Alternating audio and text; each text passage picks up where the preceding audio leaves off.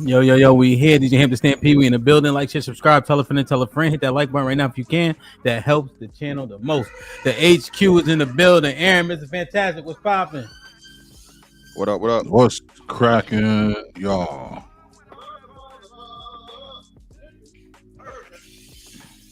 Let's get it, man. I seen y'all. It sounds a little. Oh, because I was DJing. I had to use this board. Check. Perfect.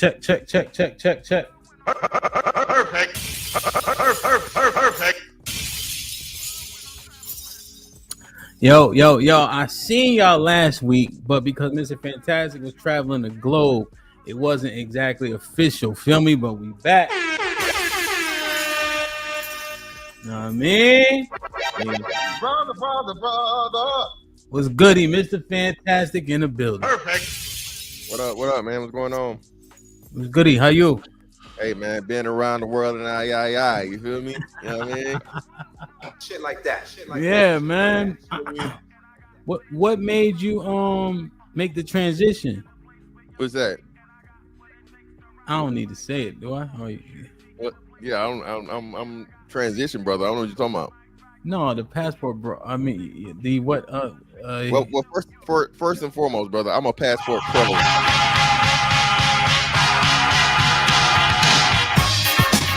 Yo, this makes, you know what I'm saying? You got like me for whatever it is.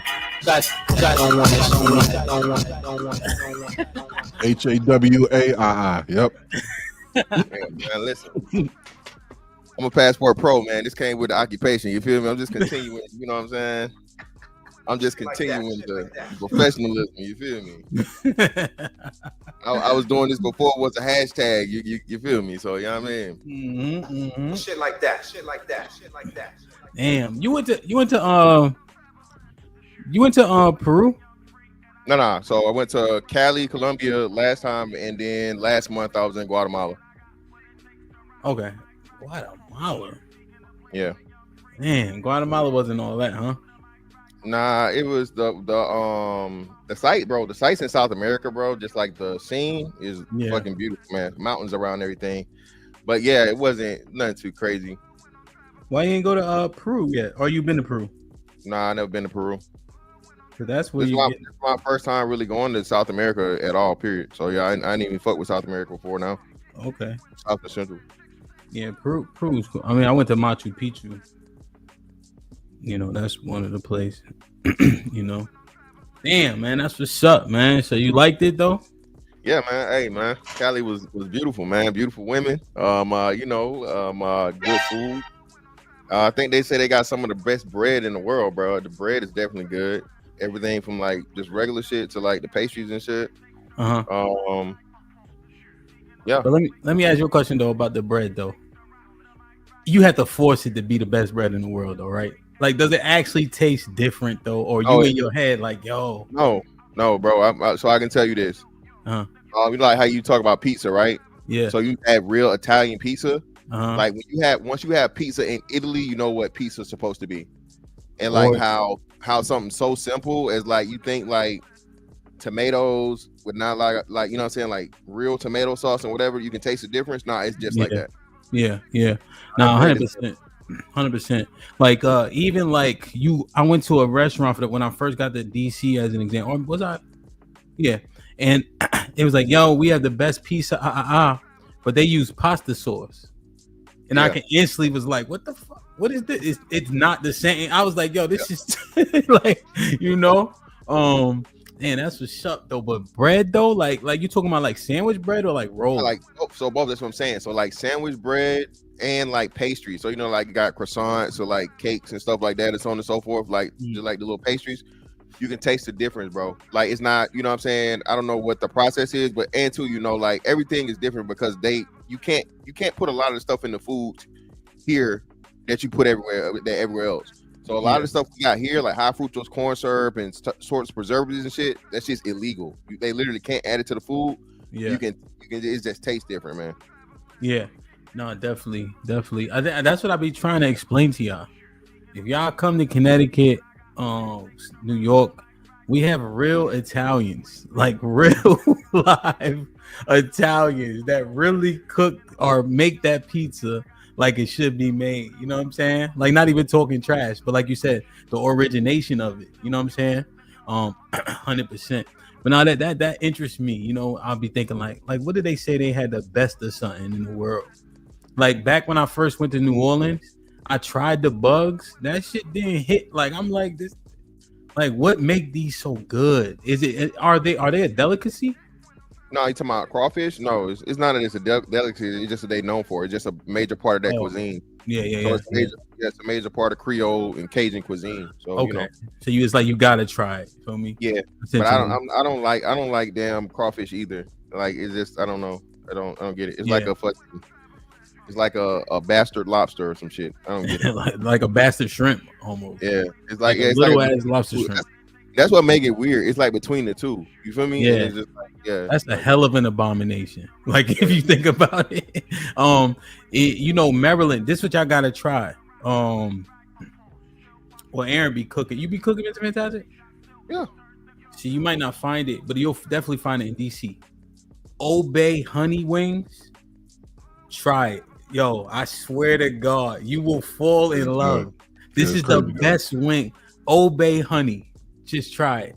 You can even get the hot honey. I seen hot honey getting a little popular. But Old Bay honey wings, cause that's sweet and you know what I mean? That combination it's the best wing I ever like, just in terms of dipping or like a sauce. Oh my, try it. And you can make it yourself, it's pretty easy. But I realized you do have to add salt to Old Bay. First time I tried it, I didn't put no salt. You know, you think Old Bay is salty, it's really not, you know. Not like you think. It not definitely like is. Niggas just, you know, it's that, bro. Do you know how desensitized we are to like actual flavor and shit? Like how much like salt and fat we in America we just add to shit. Bro, if you look, I promise you look at a box of Old Bay, that shit already got 10,000 grams of sodium in it. And niggas like, it's not salty enough. Maybe you can't taste it. You know what's crazy? The same thing with the only thing I think where like is the salt level is cool is Lowry's, because I guess it's like 90% salt, and then I think they just throw some fucking orange dust in there. Everything else though, bro, that shit is not. You can't taste the salt in it, even though it comes with salt. Yeah. Maybe you're right. Maybe like our palate is like depalatized or something. Yeah, I'm telling you.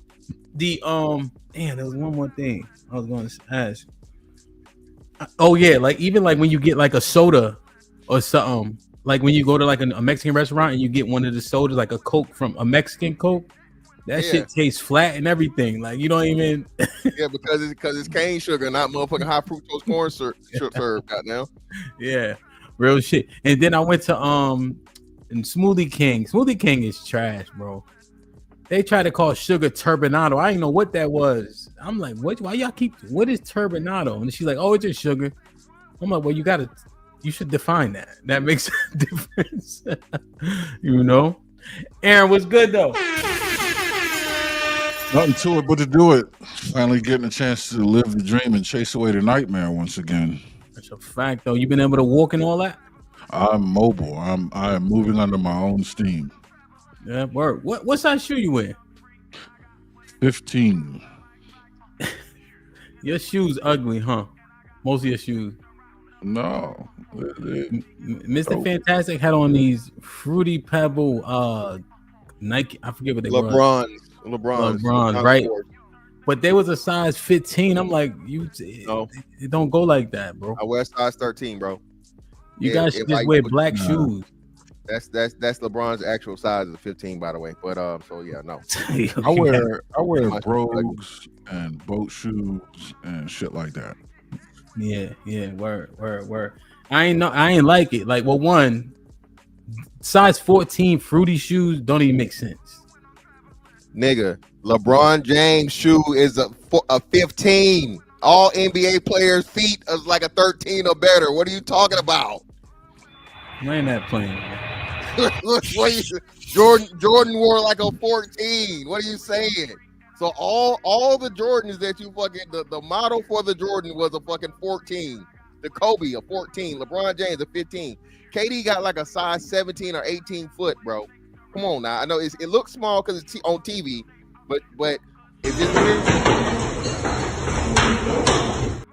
no, fuck all that. In real person, goddamn it. You done, bro? Okay.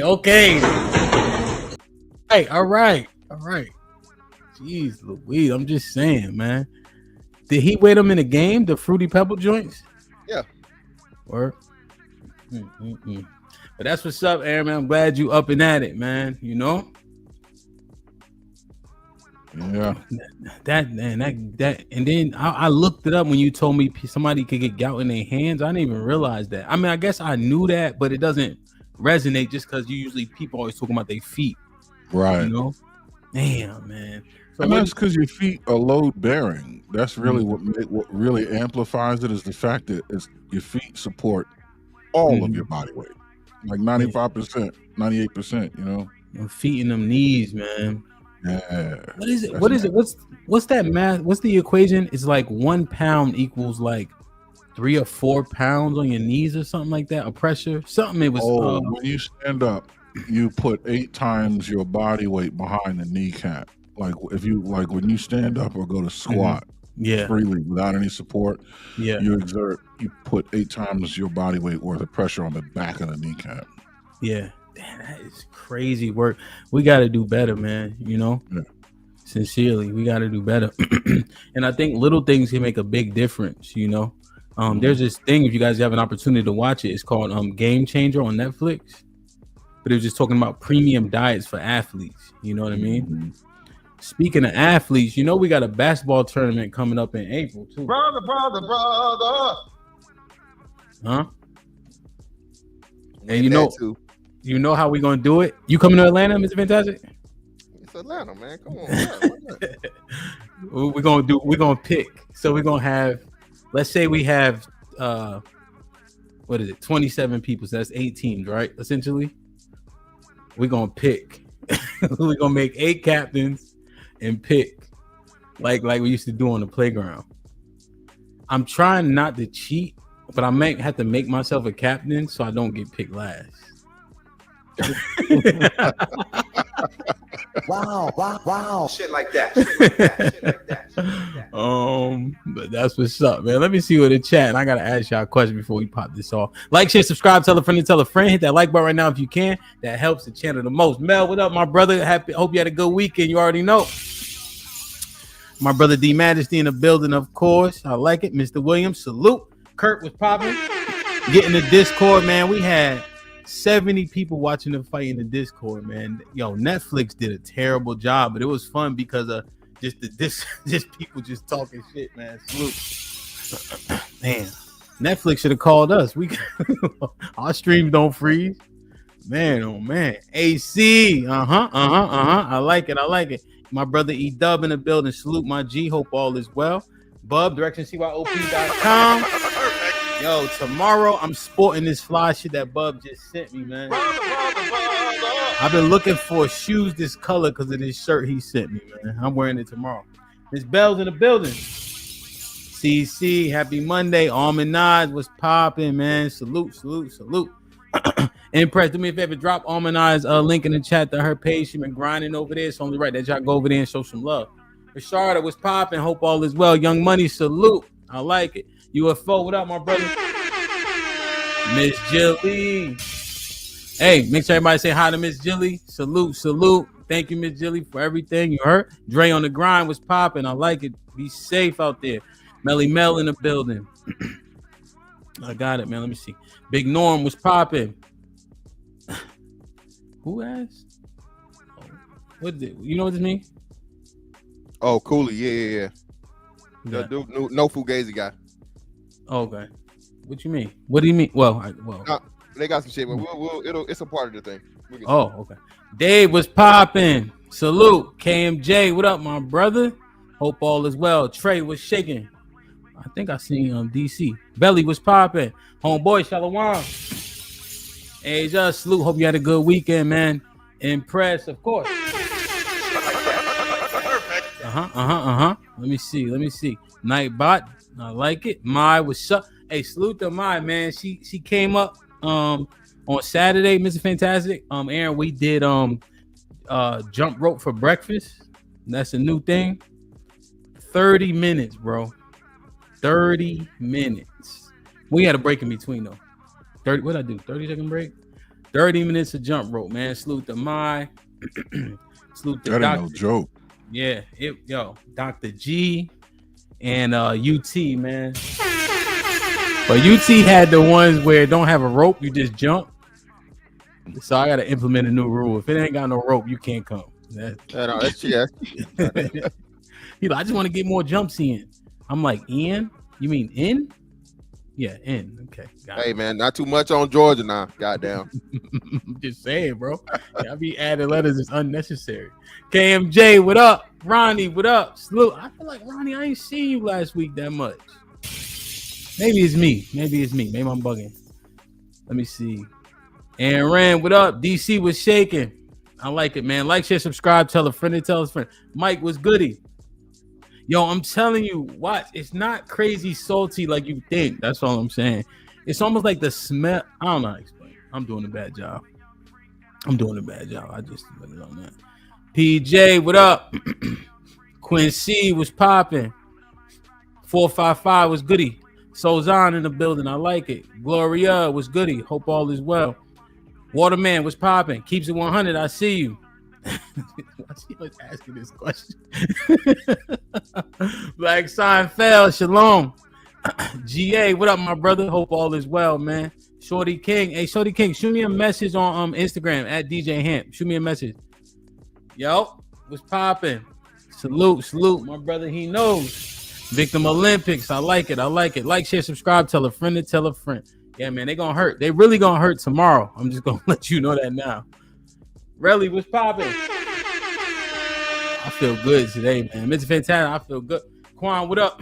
I was just telling Aaron, right? Because I hurt my shoulder. Did you know that? Yeah, you talk. Yeah. Jonathan, what up, though? Yo, we in April. April 4th through the 6th, but I'm getting there from the 3rd to the 7th. We got all the shit planned out. That shit gonna be fucking. That shit gonna be epic, man. What up, Kelly? So I've been like, a couple of days I had to tie my arm to my face, like my coach tied my arm up, right? So I can't use it. And so now, and then I keep like a MMA glove under my armpit. So I keep my elbow in, you know what I'm saying? And I keep my hand tight, right? And so I've been just using the one hand, but now my shoulder don't get tired. Every single punch from my left hand is like meticulous, So this shit been working wonders, but now I'm just worried. Like, I'm so accustomed to using my left, will my right be kind of stagnant? You know what I mean? But it feels good, man. Yeah. I'm gonna get a sling. Like, share, subscribe, tell a friend to tell a friend. Hit that like button right now if you can. That helps the channel the most. All right, man, let's get it, man. We're 20 minutes in. We got 150 people in the building. Let me check the let me make sure it's set up. Hold on. What y'all think about Mike, man? What y'all think about Mike, fellas? Hey, man, it's over with, man. You gotta. I'm glad he made it through. He didn't get hurt. Yeah. What do you think? Aaron has some conspiracy shit, which is not. I'm not. I think there's a little bit of robbery. It was two robberies. The Puerto Rican girl was robbed, and the crowd was robbed. I think. I don't know. It just seemed like both of those fighters could have went a lot harder. And I mean, how many did Tyson throw? 56 and landed 19. No, they said 90. They say through. I want to say they say he threw like 90 something punches, like 97 or something. I think. That many, but he landed. How many did he land? Yeah, less than 20. That's crazy. Homeboy threw 300 and landed more than a third of those. That's crazy. That's wild. What you think, though, right? Rainbow, what up?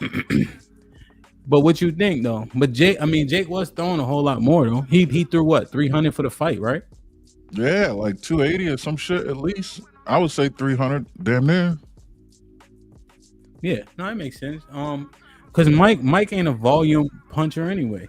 He never was. He never, especially now at this age. But I mean, if he threw a 90, that makes me feel better. I don't know where I'm getting this 56 from.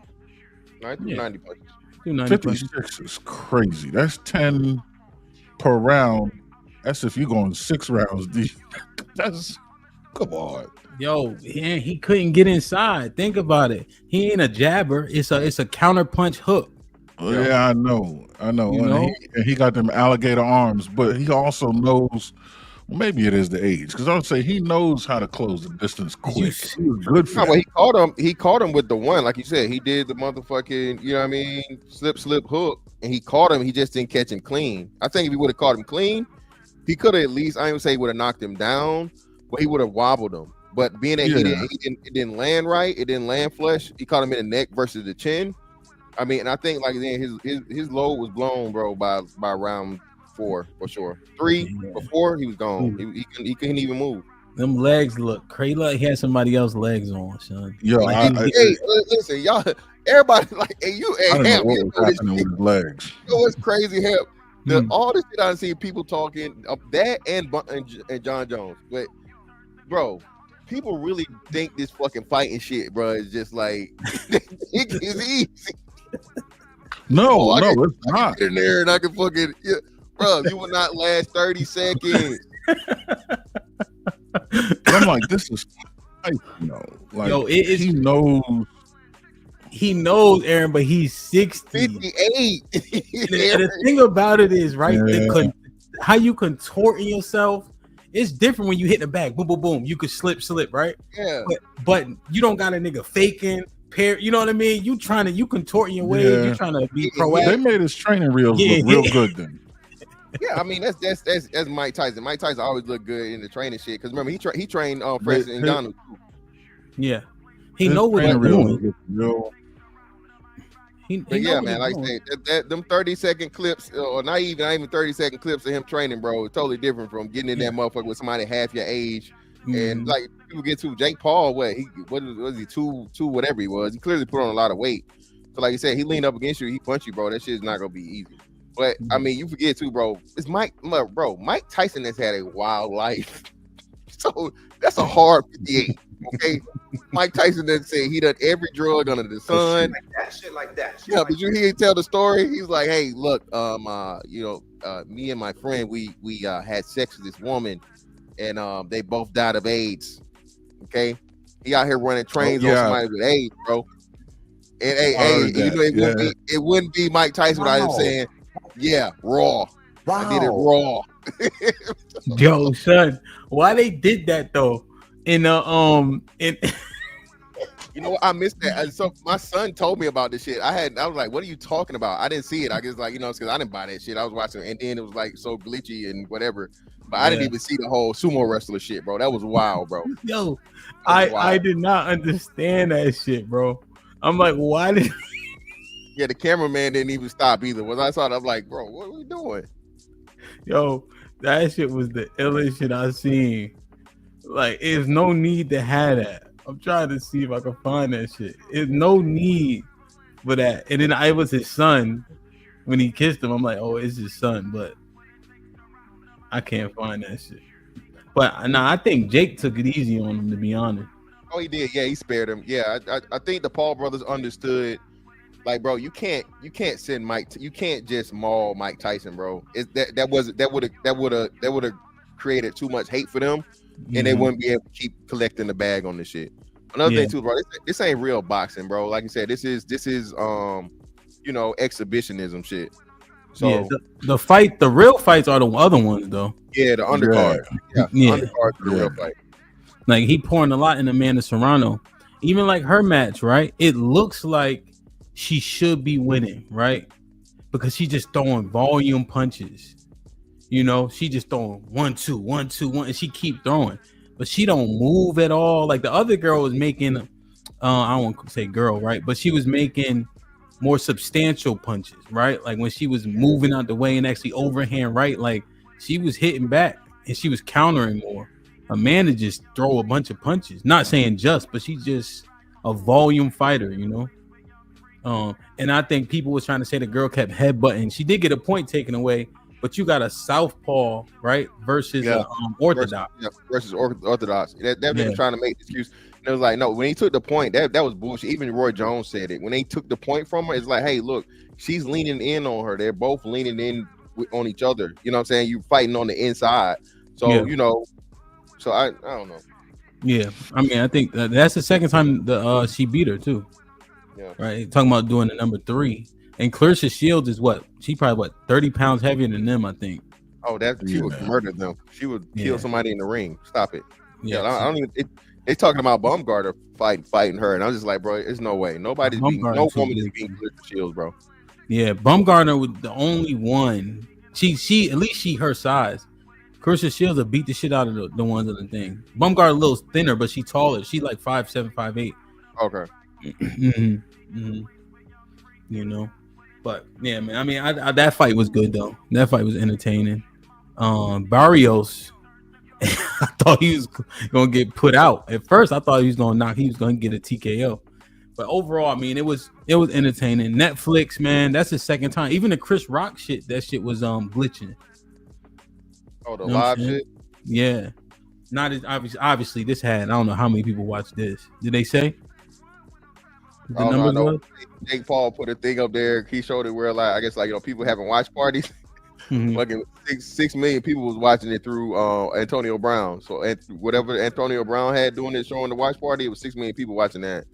So I think he gave the numbers for it this morning, but it was really good pay-per-view and outcome. You gotta think that was a fucking the AT&T Stadium, right? I think. Yeah. So that's great. 65 million concurrent views at one point. Damn. That's according to Newsweek.com. And I was looking at the tickets because I'm like, yo, I could shoot out there, but even like decent seat was like $800, which I guess I don't know, $700, $800. Way up in the rafters was like $70. But that's just literally you just saying you was there, essentially. You can't see that shit. Yeah, you up there with the pigeons and shit. Mr. Terrific, what up though with the 2000? Fantastic. Would you fight Jake Paul? Fuck yeah, for millions of dollars. Hell yeah, out of here. Hell yeah. You're not that good of a damn boxer, man. It like you telling me like Deontay Wilder or fucking Betravev. No, nigga, I'm not finna die. It's not, the money's not gonna be worth it. I'm gonna need that shit for hospice. Yeah. But Jake Paul, yeah, I'm good.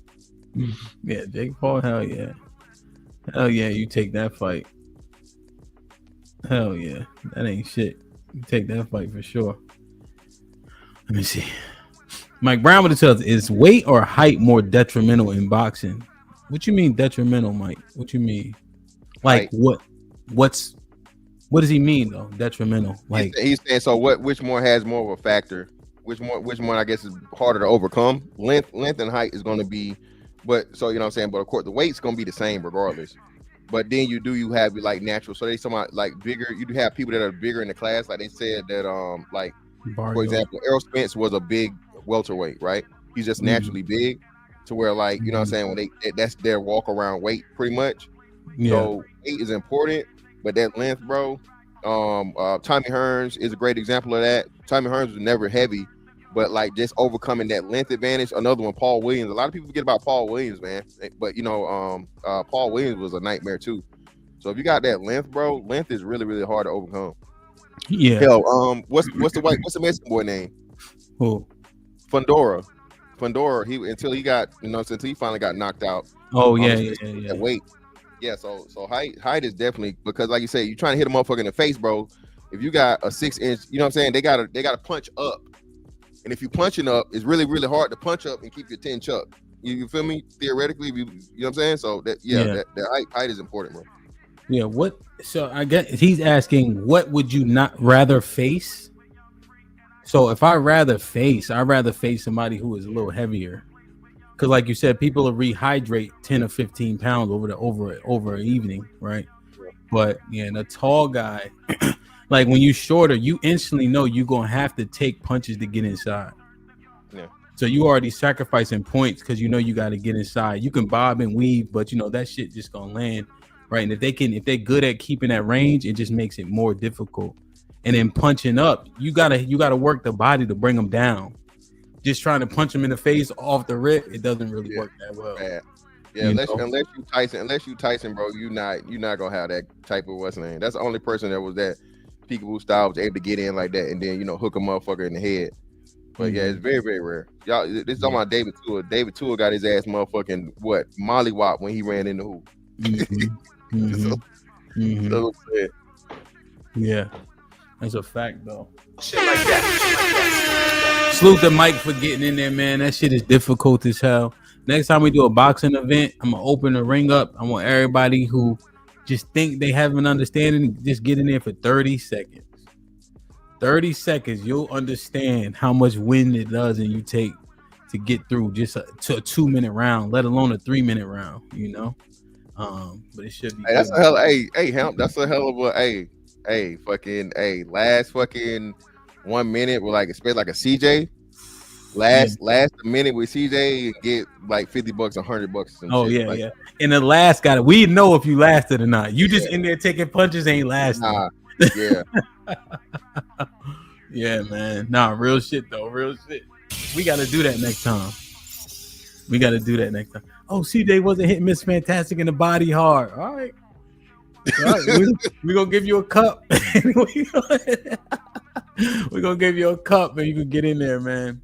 Damn, that's interesting though. Like, share, subscribe, tell a friend to tell a friend. Hit that like button right now if you can. That helps the channel the most. So I hit the fellas last night and I'm like, hey, you guys got any topics? You know, I always got things brewing in my head, but I said, let me see what they talking about. And Mr. Fantastic, 4 minutes later, responded with Redpill rhetoric versus reality. I think we kind of talked through this when we do the talking point roulette and things of that nature, but I didn't want to assume. So, house, the next event is April 4th through the 6th. We're doing Risky Weekend. We got a live show in Atlanta. We got Adult Field Day in Atlanta with a basketball tournament, cup in hand, kickball, and then of course we got Blackout too. Did you see the video from Blackout, Mr. Fantastic and Aaron? Nah, I didn't see that one. Well, Cheeky did like a little promo. Uh-huh. Yo, that nigga is amazing, son. We look so cool. I'm like, how he make us look this cool? Like, he made me look so cool. I didn't even know it was me at first. I look too cool, man. But what is the premise? Redpill rhetoric versus reality, Mr. Fantastic. Brother. So basically, man, Redpill rhetoric is, of course, you know, the quote unquote talking points that everybody talks about. You know, no single moms, no fat chicks. What's another big one? Fit, feminine friendly. You know, the Kevin Samuels, Redpill, all this alpha male. You know, don't be a simp, don't be a beta. All that rhetoric. But as you point out, a lot of the times, Hamp, bro, when you get out here in the earth, as you say it, bro, what do you see? You don't see that. That's why I'm not red pill, bro. I'm a realist, right? And most men cannot and really don't want the rhetoric that they're speaking about. It's just supposed to be a framework. You know what I mean? Niggas really don't want that shit, man. I'm telling you, you don't. Word. All right, hold on. You gotta expound on that. Niggas definitely don't want no fit. Okay, you might want the feminine and friendly. And a lot of you niggas, y'all don't want. Listen, man, don't nobody want no motherfucking ironing board, man. I don't want no girl built like no little boy. I you know what I'm saying? You know what I'm saying? I need her to be, you know what I mean? I need her to have something to grip on to, baby. You know what I'm saying? Shit like that. But that and you know, again, the single mom thing and so on and so forth. You know, we had an intervention here, you know, thanks to you on that. You know what I mean? A single brother that, you know, that absolutely, you know what I'm saying, everything going for himself, and that's what he ended up choosing. And shout out to both of them. You know, hey, she seems like to be a cool person, you know, but you know, even that, and that's why I say they're gonna be, because men you know, shit, if that motherfucker, you know, hit like it's supposed to hit, hey, you might fall in love with it. A lot of these niggas out here, a lot of these niggas tender dicking out here, man. They don't take much.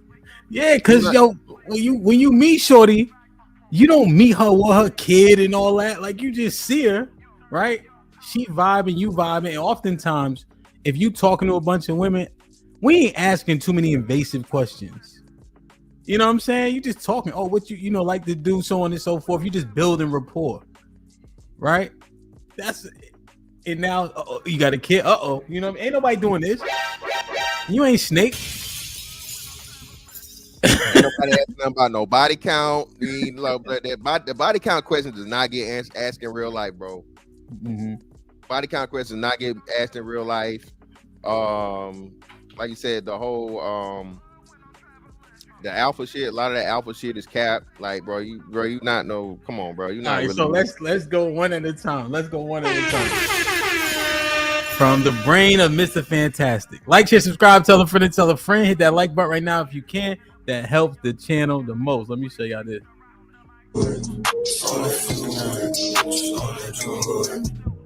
Hold on, I gotta restart it.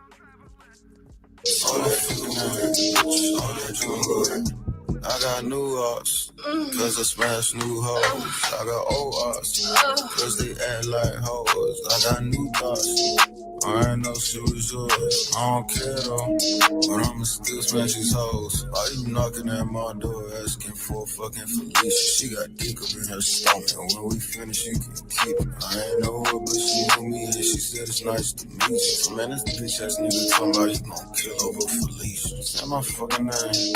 Yeah, I'm Jumbo. Say my fucking name, bitch. Yeah, I'm Jumbo. Say my fucking name. Yeah, I'm Jumbo. Say my fucking name, bitch. Yeah, I'm Jumbo. Say my fucking name. Yeah, I'm Jumbo. Say my fucking name, bitch. Yeah, I'm Jumbo. Say my fucking name. Yeah, I'm Jumbo. Say my fucking name, bitch. Yeah, I'm Jumbo. All I do it. All I do it.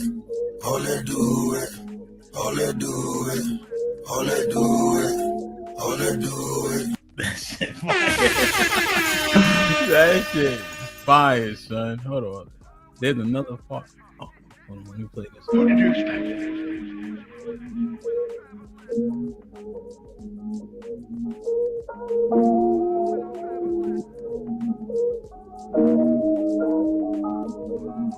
And my mama keep me out at 17 cause I was pushing P. And if your ass don't work, I know for fact you ain't gon' fucking eat. So why she getting mad at me? I know for fact she starving too. I pray to God and ask a question like, man, God, how the fuck we do? Man, I'm tired of every time we open the fridge, man, got fucking food. There's roaches in this bitch. I'm trying to turn the hoes to rollie to this empty in this bitch. I'm trying to get some hoes and fuck them too. And if you ain't have no money, what the fuck would you go fucking do?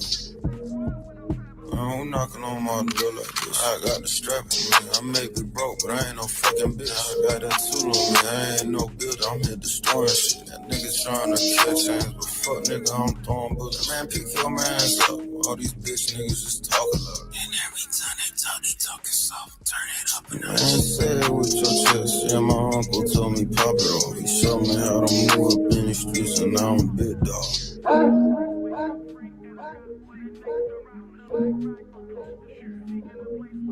All I do it, all I do it, all I do it, all I do it. Say my fucking name, all I do it. Say my fucking name, bitch, all I do it. Say my fucking name. What did you expect?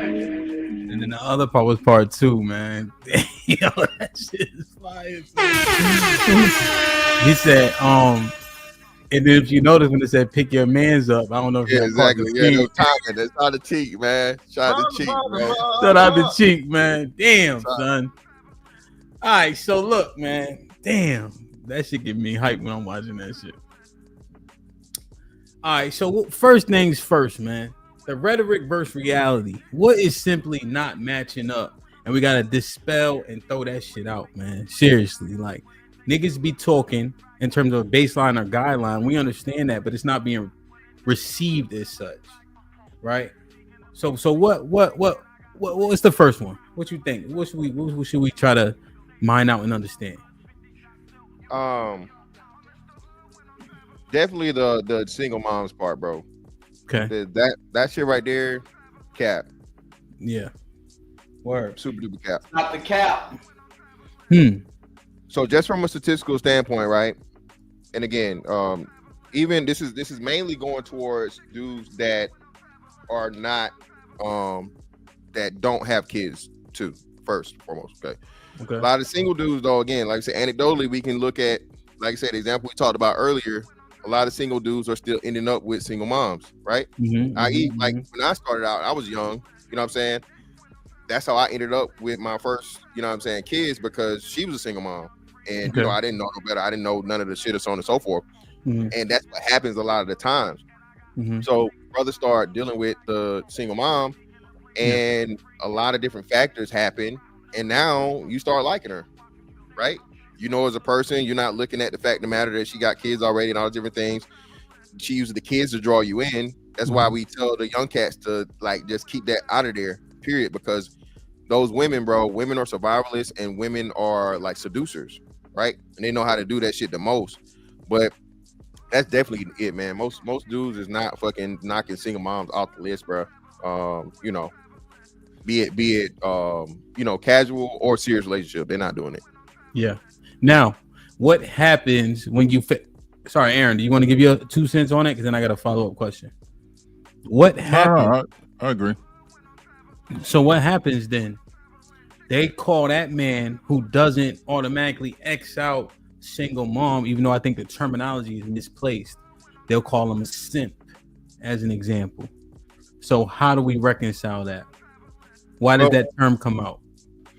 Well, I mean, I haven't seen the simp thing put towards the single mom aspect so much as if you take it. Now, if you take it serious, you become a stepdad. Now they'll call you simp. But what happens though? Like you want some, you like her, right? Because you like her. She start to grow on you. She cool. She ain't defined by her kid, or is she? Right? And then what do niggas do then? Niggas not thinking. That's what I'm saying. Niggas not thinking. You like the kids. Fuck them kids. Y'all ain't going to the movies with kids. Y'all ain't going to dinner and whatever, lunch, whatever with the kids. You know what I'm saying? You definitely ain't worried about no kids when she got legs in the air. You know, they at Big Mama house or y'all at the hotel or some shit. You know what I'm saying? Or at your crib where the kids ain't at. So all those things in the factor, bro. And then, like you said, I think a lot of dudes, I can do this shit. It ain't, I mean, you know, kids ain't that bad. You know what I mean? People make it make sense in their head. Yeah, bro. I'm telling you, like, listen, human beings are creatures of comfort, bro. You know what I'm saying? And once you get comfortable with something, that's why so many, like men especially, you stay in a relationship that may not be any good for you or that you're even miserable in, because a lot of dudes have the fear of trying to start over and, you know, try something, get something new, right? You stick with the what they say, stick with the devil you know than the one you don't, some shit like that. Yeah. The grass ain't always greener type shit, right? Yeah. And it just, what you think, Aaron? I think the other thing is when people talk about single moms, they have this image in their head of this woman like from the deepest, most desolate parts of the hood with, you know, the fuzzy slippers. You know, she's 29, the oldest child is 17, and that's the oldest of 6 or 7, and she's eating hot Cheetos. You know what I mean? She's in and out of the bodega and shit, and that's her trip for the day. Like, that's it. You know what I mean? She always rolling her backwards or some shit. And like, that's it. A lot of these single mothers are not that. What are they? Well, sometimes they're formally married. Sometimes. A lot of times they're formally married, or they may have 1 or 2. But they're just regular women. Aaron. You what now? They formally married. What? No, he's saying what? Divorce. Yeah, but that's not a lot of the time though. Our kids are born out of wedlock too much for that to be a lot of the time. Yeah, definitely not a lot of the time, Aaron. I would say 30%. That matches the divorce rate. If you think about 30%, it's a big number. That matches the divorce rate. Of course it does. About that. That's a big number. 3 out of 10 women. Yeah, that ain't no. The majority of the time you run into a woman though, she don't have no kids. Yeah, she ain't married. I mean, she ain't never been married. Real shit. That's a thing. 3 out of 10 women. No. Aaron does bring up a great point. That's another thing too. So the qualification and classification. A divorced woman is not a single mom, quote unquote, the same. You're not a baby mama. She's a single mom. She's not a baby mama. I think that terminology matters a lot too. So a man that's dealing with a woman that's a baby mom's is not the same as a man dealing with a woman that's a single mom. Again, all in all, like you said, he has children himself already. What I'm saying is, but see, we can't. What's the point of the differentiation though? Huge, because it matters. Well, but we always talk about how they so fickle in divorce, right? How women are divorced for anything. So I guess we're saying her prescriptions are different, right? Essentially, is the reason why we make a differentiation. But can we argue that they aren't?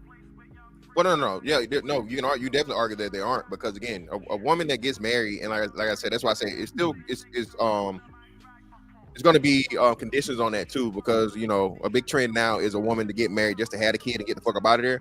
But she's been married, I'd say, more than 3 years. You know what I'm saying? And that kid is that. You know what I'm saying? So on and so forth. For that was a real marriage, and shit didn't work out. Okay, what one would you prefer? A woman with kids, a divorcee with kids, or a woman that had a kid out of wedlock? Principle wise, I would prefer the woman. I would prefer the divorcee. Now, is it more or less likely that father is involved? If she's married, more likely, most definitely. That's much more likely. So if you're a man coming in, right, and it's less likely that the father will be involved if she had that kid out of wedlock, at least to a different extent, and if he is involved, right? Wouldn't, as a man, you almost prefer the one that kind of didn't come out of the construct of marriage? No, because that kid now that kid's gonna be a problem, more likely than not. Yeah, he don't got his daddy. Yeah. Okay, because my father, my older brother, he's 12 years older than me. And so my father told his father in a direct conversation that he was taking over. But like that's how the old school niggas used to do it. I think I've seen that happen a couple times. To like kind of like removal of the other man, so to speak. Because his involvement, I just wonder what it looks like. But I think to your point, it benefits the kid, and the kid should have a little bit better behavior if his father was involved. Yeah. So, what, Aaron? What you about to say?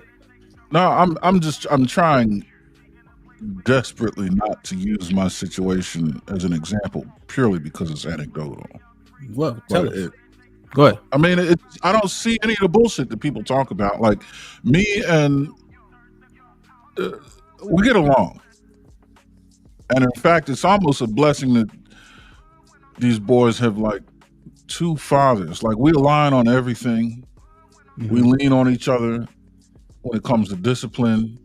He's not trying to change my household.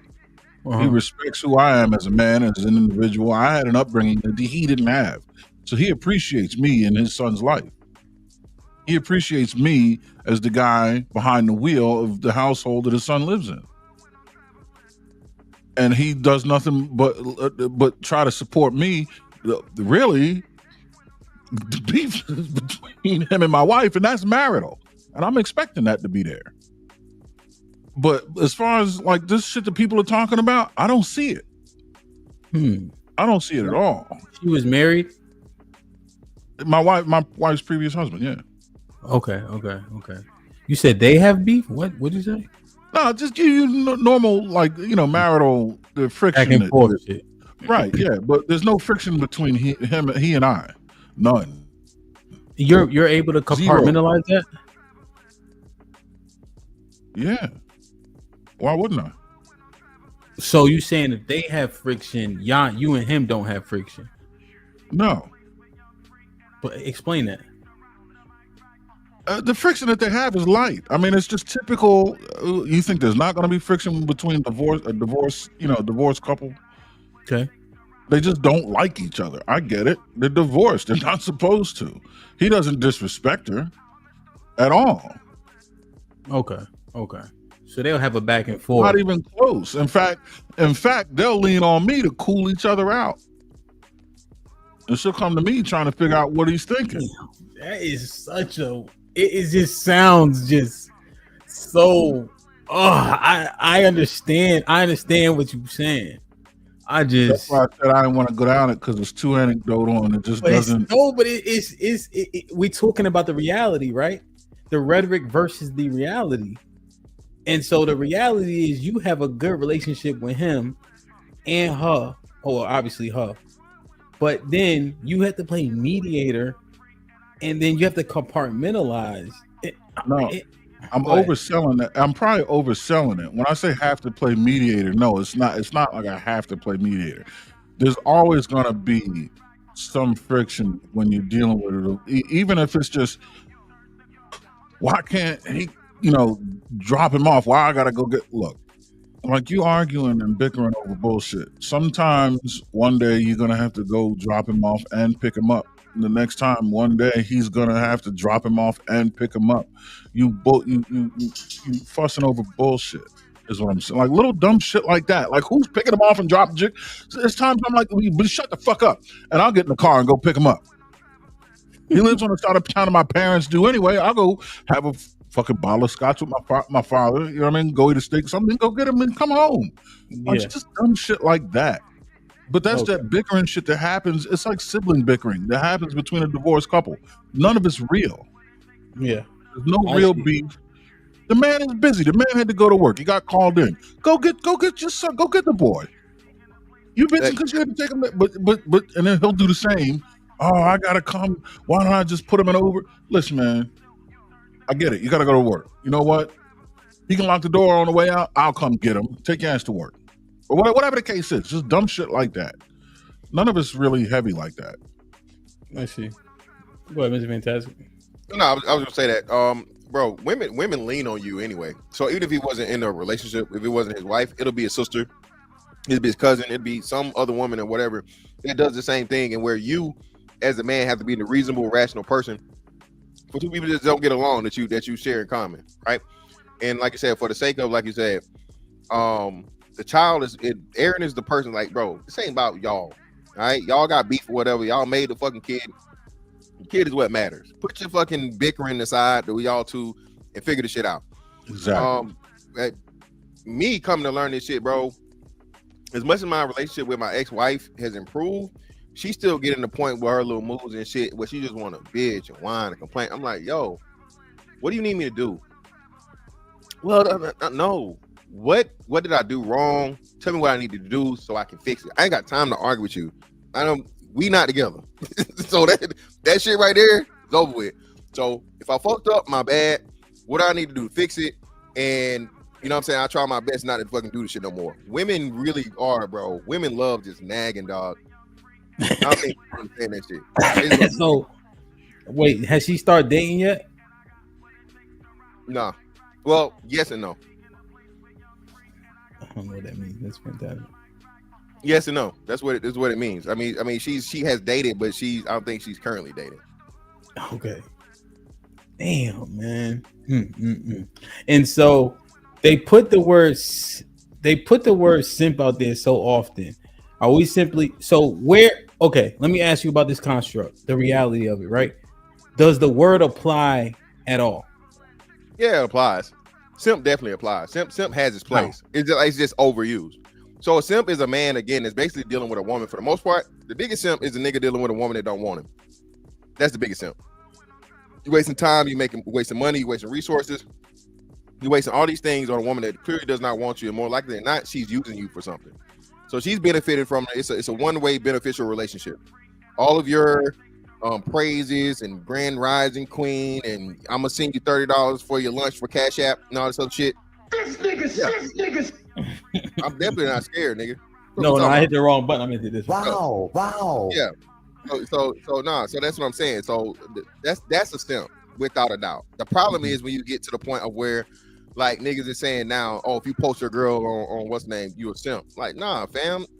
I mean, damn, you can post your old lady. Now if she got that ass and them titties out, now, I don't know, that's a little different. But you posting a picture with your old lady, man, that'll make you a fucking simp. You guys are together in a relationship. What's the problem with you? You know what I mean? Mm-hmm. Now, what you think about this one? I was saying they want to eliminate single moms from their dating pool, right? But the overwhelming majority of people want to date their own women, right? For sake of argument. And so to just simply eliminate them, and we already don't have a bunch of options, makes no sense for a man who already doesn't have a bunch of options. Thank you. That's what I'm saying. The math ain't mathing. Half of the women already have kids. Over half of the women have kids. 60% of women have kids, right? Be it divorcee, be it single mom, baby mom, or whatever, right? Mm-hmm. Then, like you said, of the 35% of whatever so that's left, you mean to tell me 100% of the niggas finna get the 35%? Somebody will be left out in the cold, and we know you niggas gotta have. I'm gonna say it. You niggas don't hate. I don't know why y'all niggas need pussy. Okay, brother. I don't give a fuck what you niggas claim, what you say. Or I don't. Niggas need pussy. You hear me?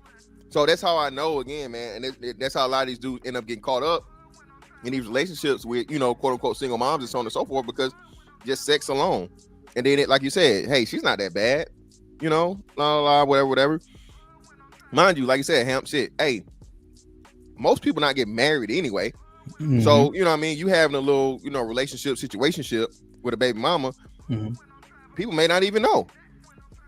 You know what I mean? In today's climate, a lot of these dudes out here, got an old lady that's 3-4 baby daddies down, and you'll never ever notice it because, hey, they're not posting no pics on fucking Instagram. They're not shouting it from the rooftops, but that's their old lady. Yeah, and niggas be older chilling. You get, enjoying it. The older you get, the more thin the selection without children becomes. Definitely. I mean, even at 24, the numbers that Fantastic are spitting, I think, a stick, and they only get worse the older you get. You got to remember, I got married at 36. And the vast majority of the time, I was not there. I was one of them before Redpill was a pill. I was like, no, if you got children, I'm not dealing with you because I don't have children. I got the right to, like that was me from the time I found out what a woman was up until about 32. I was like, fuck y'all. And it got to a point where I'm like, you know what? Since 20, I keep seeing these single women all over the place. And I had completely shut out into the cold some pretty decent prospects on the virtue that they had children. And I started to think, what's the purpose here? What's the cost benefit ratio you dealing with here? And the older you get, it only gets worse. You think you're gonna be 40 years old and have a plethora access to a plethora of women that don't have children? You're out of your tree, my son. I was trying to tell these niggas, bro. It just what the reality is, man.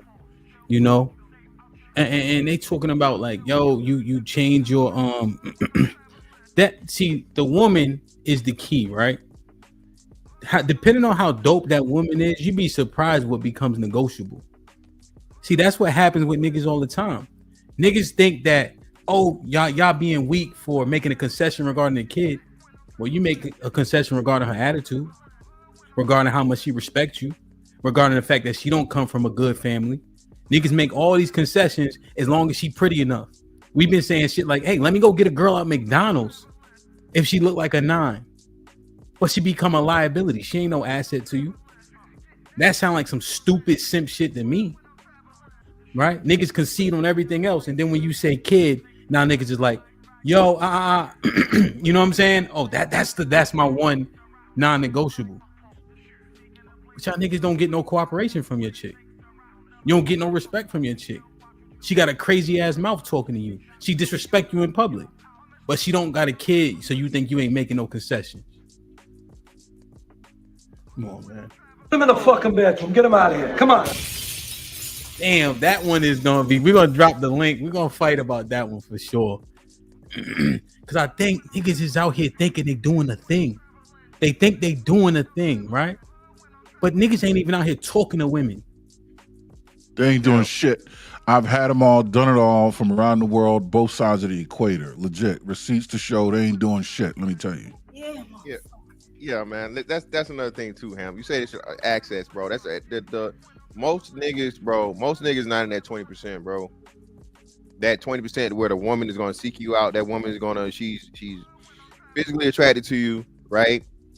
To where she wants to deal with you, and you ain't got to get this bitch the sun, the rain, the moon, the stars, and the mountains. You ain't got to hit it with the after 7 motherfucking package. You feel me? So, understanding that shit, bro.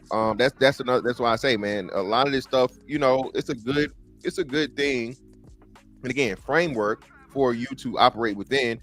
But when it really come time to put that shit to motherfucking practice, hey, niggas skipping out, bro. That's real shit. Right. You're looking at the average marriage age, right? You know, young boys, you know, again, I think another issue is we speak in a whole lot of platitudes. I don't want to derail, right? But just generally speaking, we speak in a lot of platitudes. That means it's like, get your money up. Thanks. How do I do it? What do I do? What do I take up in school? Lose weight. How do I do it? They got pizza at Planet Fitness on Tuesday, right? But it's very platitudinal in advice, right? But we're not telling nobody how to actually get to it. So what's the reality? That's why Mr. Fantastic put this subject up here, right? This topic. Because these things aren't just happening. You have to make them happen. And they happen later in life, right? When people start to understand, oh, I can't just eat McDonald's and ramen noodles because I ain't 18. I ain't 22. You know? So when you start to come into yourself, you're probably 35. And then now you start to look at the woman in a different way because you have leverage now, right? I got my money up a little bit. I'm starting to understand. I'm starting to formulate my life. But now them women around your age, because, well, this is the next one. The kids are coming, period. The kids are coming. So what is your reality at that point? I think that's a hell of a... Like, share, subscribe, tell a friend and tell a friend. Hit that like button right now if you can. That helps the channel the most. Aaron with the $5 says, starting to see why women ain't listening to men. Sound like we just in our feelings. We don't want certain shit, but she give us pussy. We going quietly. Harrison, what up, my brother with the $5 says, salute. But Aaron, I wouldn't want to be in that kind of situation. You respond to this? Yeah, I mean, no one... Look, there's drawbacks and there's benefits to everything. You just have to prioritize and understand what you're getting into. But there's pluses and minuses everywhere. Is it ideal? No. But is it worth it to gain some other advantages? Yeah. Mm-hmm. All right. Big J Triple X was popping with the $5 says the red pill is a pipeline to fascism and white supremacy. Is it? I don't think so. This is a black manosphere stalker weirdo. Okay. Thanks for the 5. I would disagree with that though, Big J. Mr. Terrific with the $2 to the 3 of you. What's your max squat, deadlift, and bench? I mean, I'm in the 1,000-pound club. Oh yeah, all night, all day and all night. Yeah, close to 1,500. Yeah. Max squat, lifetime 7. Max bench, lifetime 540. Max deadlift, lifetime 6, high 6s. I forget. Because that's where you're getting the cleans and all that, but yeah, well over the 1,000-pound club. Yeah, I could do in all of these. I can do at least 450 pounds. So, yep, totally believable. Yeah. Yep.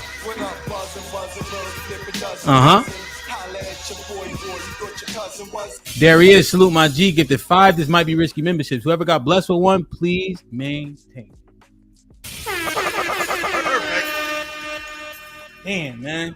Brother. What's another one you got, Mr. Fantastic? We gotta be realistic, 100%. The platitudes, I'm tired of them. Go ahead. Yeah, man. Fit. Y'all don't want no fit hoes.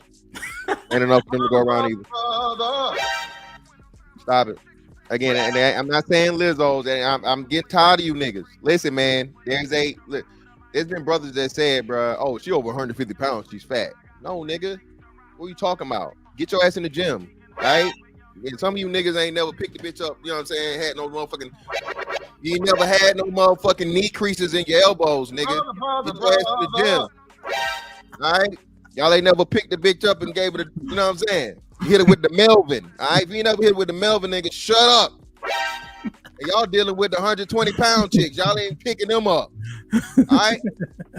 Wow. Brother. Baby. She ain't 180, she ain't a lady. But nah, man, that too, especially again, just looking at the stats alone, Hemp, again, 70% plus of black women are overweight, right? BMI standards only. BMI, again, most people don't understand what it is, but just going by BMI standards. Yeah. By BMI standards, all of us are obese. I'm obese, BMI standards. According to BMI standards, I'm supposed to be like 205 pounds. Yeah. Bruh, stop it. Yeah. You think I was on my way up out of here. Okay. If I was this motherfucker at 205 pounds. Uh-huh. But BMI standards, 70% is 70+% overweight, 60% obese. Okay. Bruh, I be out here.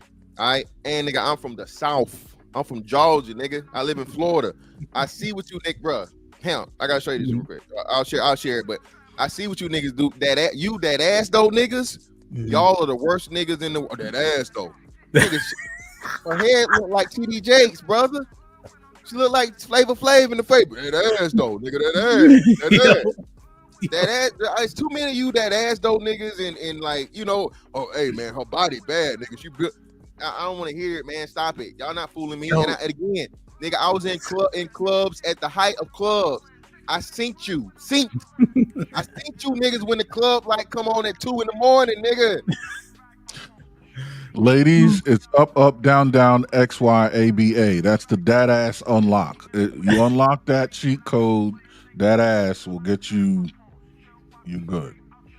Yo, real shit though. Niggas are making an excuse. Yo, son, you hit what's his name? Yo, you seen that ass though, niggas? That ass though. And then niggas like true. Like true. Damn, niggas literally created a whole genre of bitch. Niggas created that ass though. That not white boys, not Mexicans, not motherfucking the Asians. Niggas. And you mean to tell me fit, feminine, and friendly? Get the fuck out of here, man. Don't play with me, man.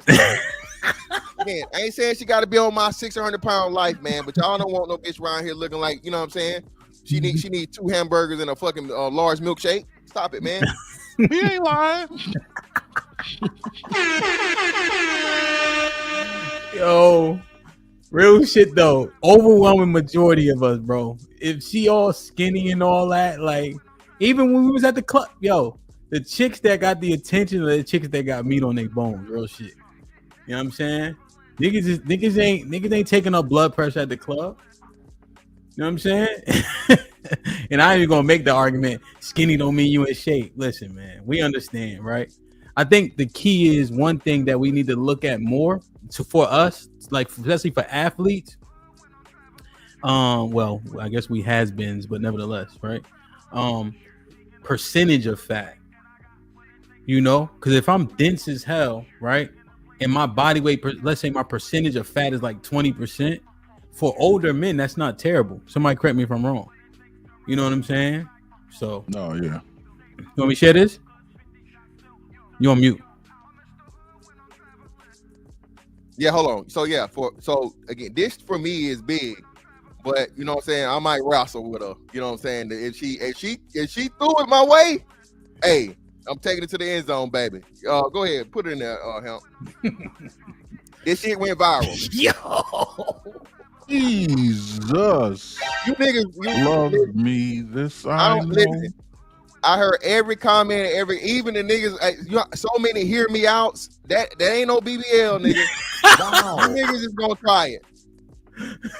Some of you niggas go drown, okay? But y'all go, hey, you gonna be happy doing it. All right, stop it. All right, this is what niggas like.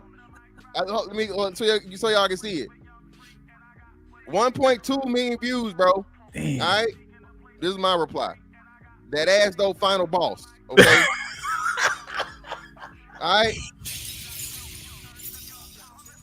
I'm wondering what those heels. I don't know, physics stuff. Yeah, hey man, listen.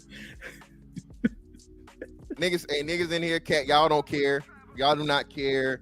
Niggas is going, you gonna try it. If these women came up to you, bro, you going. I'm not saying you gonna pursue her, so on and so forth, bro. I know you niggas, when it comes to the pussy, niggas are scavengers. You niggas don't. Hey, you niggas will run a whole deer over and throw. Oh, hey, that's some good meat. Go ahead and throw it in the trunk. Okay. I know you niggas. I know y'all. No, that's crazy. Fool me. Niggas just have to literally make up reasons why not, bro. If she ran down on you, going, was popping, especially if she initiated, niggas is going, bro. Going. Niggas is going. I don't give a damn what these niggas is talking about. I don't care what they saying. Right? Damn, don't let that head be fire and that pussy be good. Not this nigga. Hey, not this nigga. House. Yeah. 100 miles per hour, 2 a.m. Real shit. Yup. What you want to eat? I'm passing the Mickey D's and a Taco Bell. You want both of them? Now y'all get it. Now y'all see why I say if you don't go when you want to go, when you do go, you'll find you've gone because you're going. You're going. That's a fact, though. And then here's the thing, right? Chickens be cool, right? And this is what started to be happening, right? Because I ain't really look at that's crazy. I ain't even look at her face. Wow. Put him in the fucking I don't even know what she looks like. Come on. He has a face. I don't even right. Nigga, I know. Yo, hold on, go back. Yo, bring it back up. I dead ass can't see your face in my head.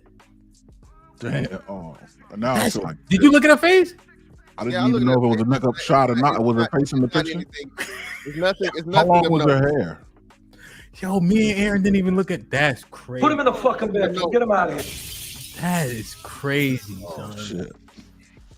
Nothing of note. Oh look, yeah. Oh damn. All right. Zoom in. Can you zoom in?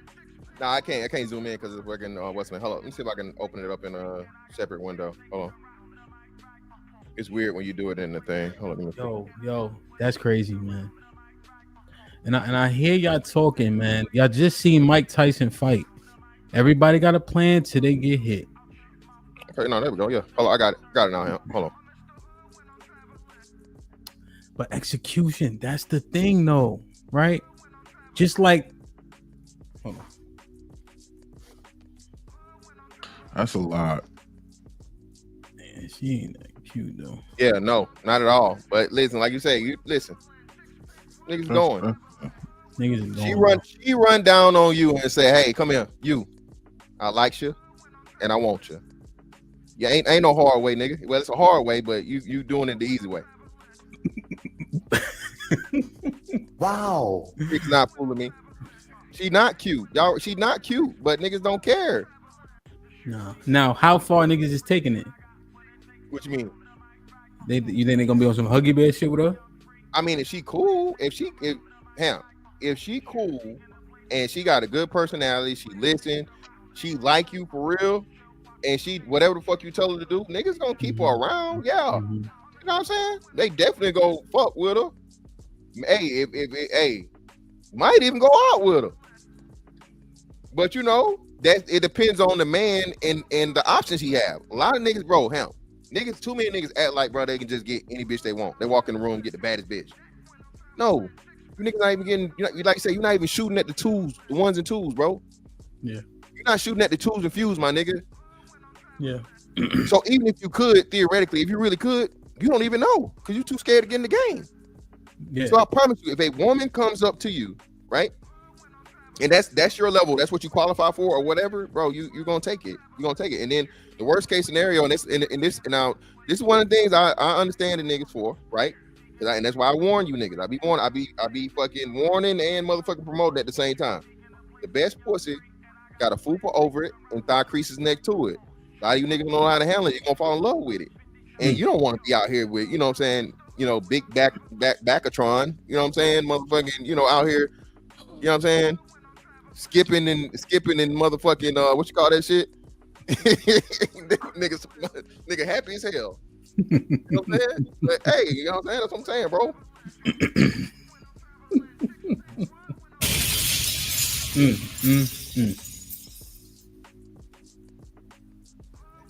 Damn, son. Like, share, subscribe, tell a friend to tell a friend. Hit that like button right now if you can. That helps the channel the most. That shit is crazy, son. That's because I see it in my head. of what's really real. All the thick chicks that was thick in high school, they got niggas still. And and a bunch of kids. And a bunch of kids. But niggas be on some Huggy Bear shit. Y'all, I told this story, and it's sad, but it is what it is, right? These two niggas, she was thick as hell. Not like that, right? Not as thick as that chick. And she was a little bit prettier. They beefing over the chick. One nigga, now this the part that's sad, but it just because niggas is going for that for sure, right? One nigga end up dead over the sink, the next nigga end up dead in the grass, bro. And she crying in the corner. Shot each other up to smithereens, nigga. Cause he went over there when the other chick was over there. Or when the other nigga was over there. Other nigga was there. Left his baby moms at the crib to go over there with the beef and shit. Baby mom's on Facebook crying, I love you, I miss you, XYZ. He got smoked over something else.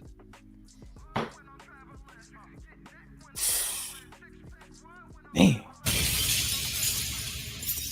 Doc's the name. What up though with the $5 says? You're a simp if you raise another man's kid.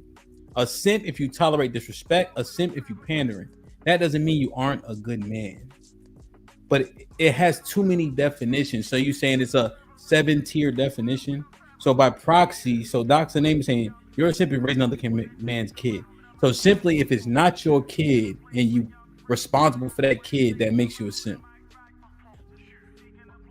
So just to clarify, if you adopt a kid, does that make you a simp? If you take in another man's kid or your like your brother's kid, like Mr. Williams say it all the time, he raising his niece because his brother isn't able to. Is he a simp? Like, what are the qualifiers?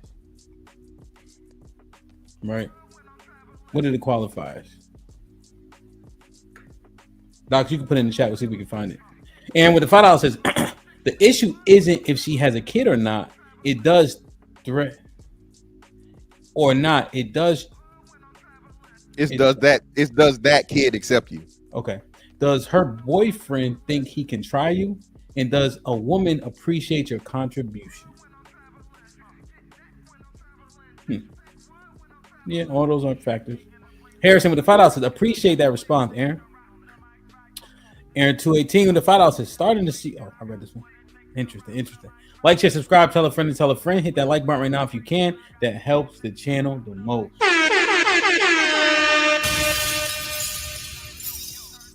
That's the reality shit that we really need to discuss. Though I feel like, and I'm saying I feel, those two are like are huge, because what's actually playing out in the earth, you know. The high value man one, because now I'm understanding it, right? Is what you need, right? Is what women are looking for, right? 100,000, this, that, and the third, so on and so forth, right? But it's only 15% of men that even qualify for that. I would argue the reality is women ain't falling over themselves to get to that nigga. It's plenty of regular niggas getting cheeks, getting access. Right? The majority of men don't get access regardless, right? But if we have the Pookie and Ray Ray argument as an example, is that really what women are looking for?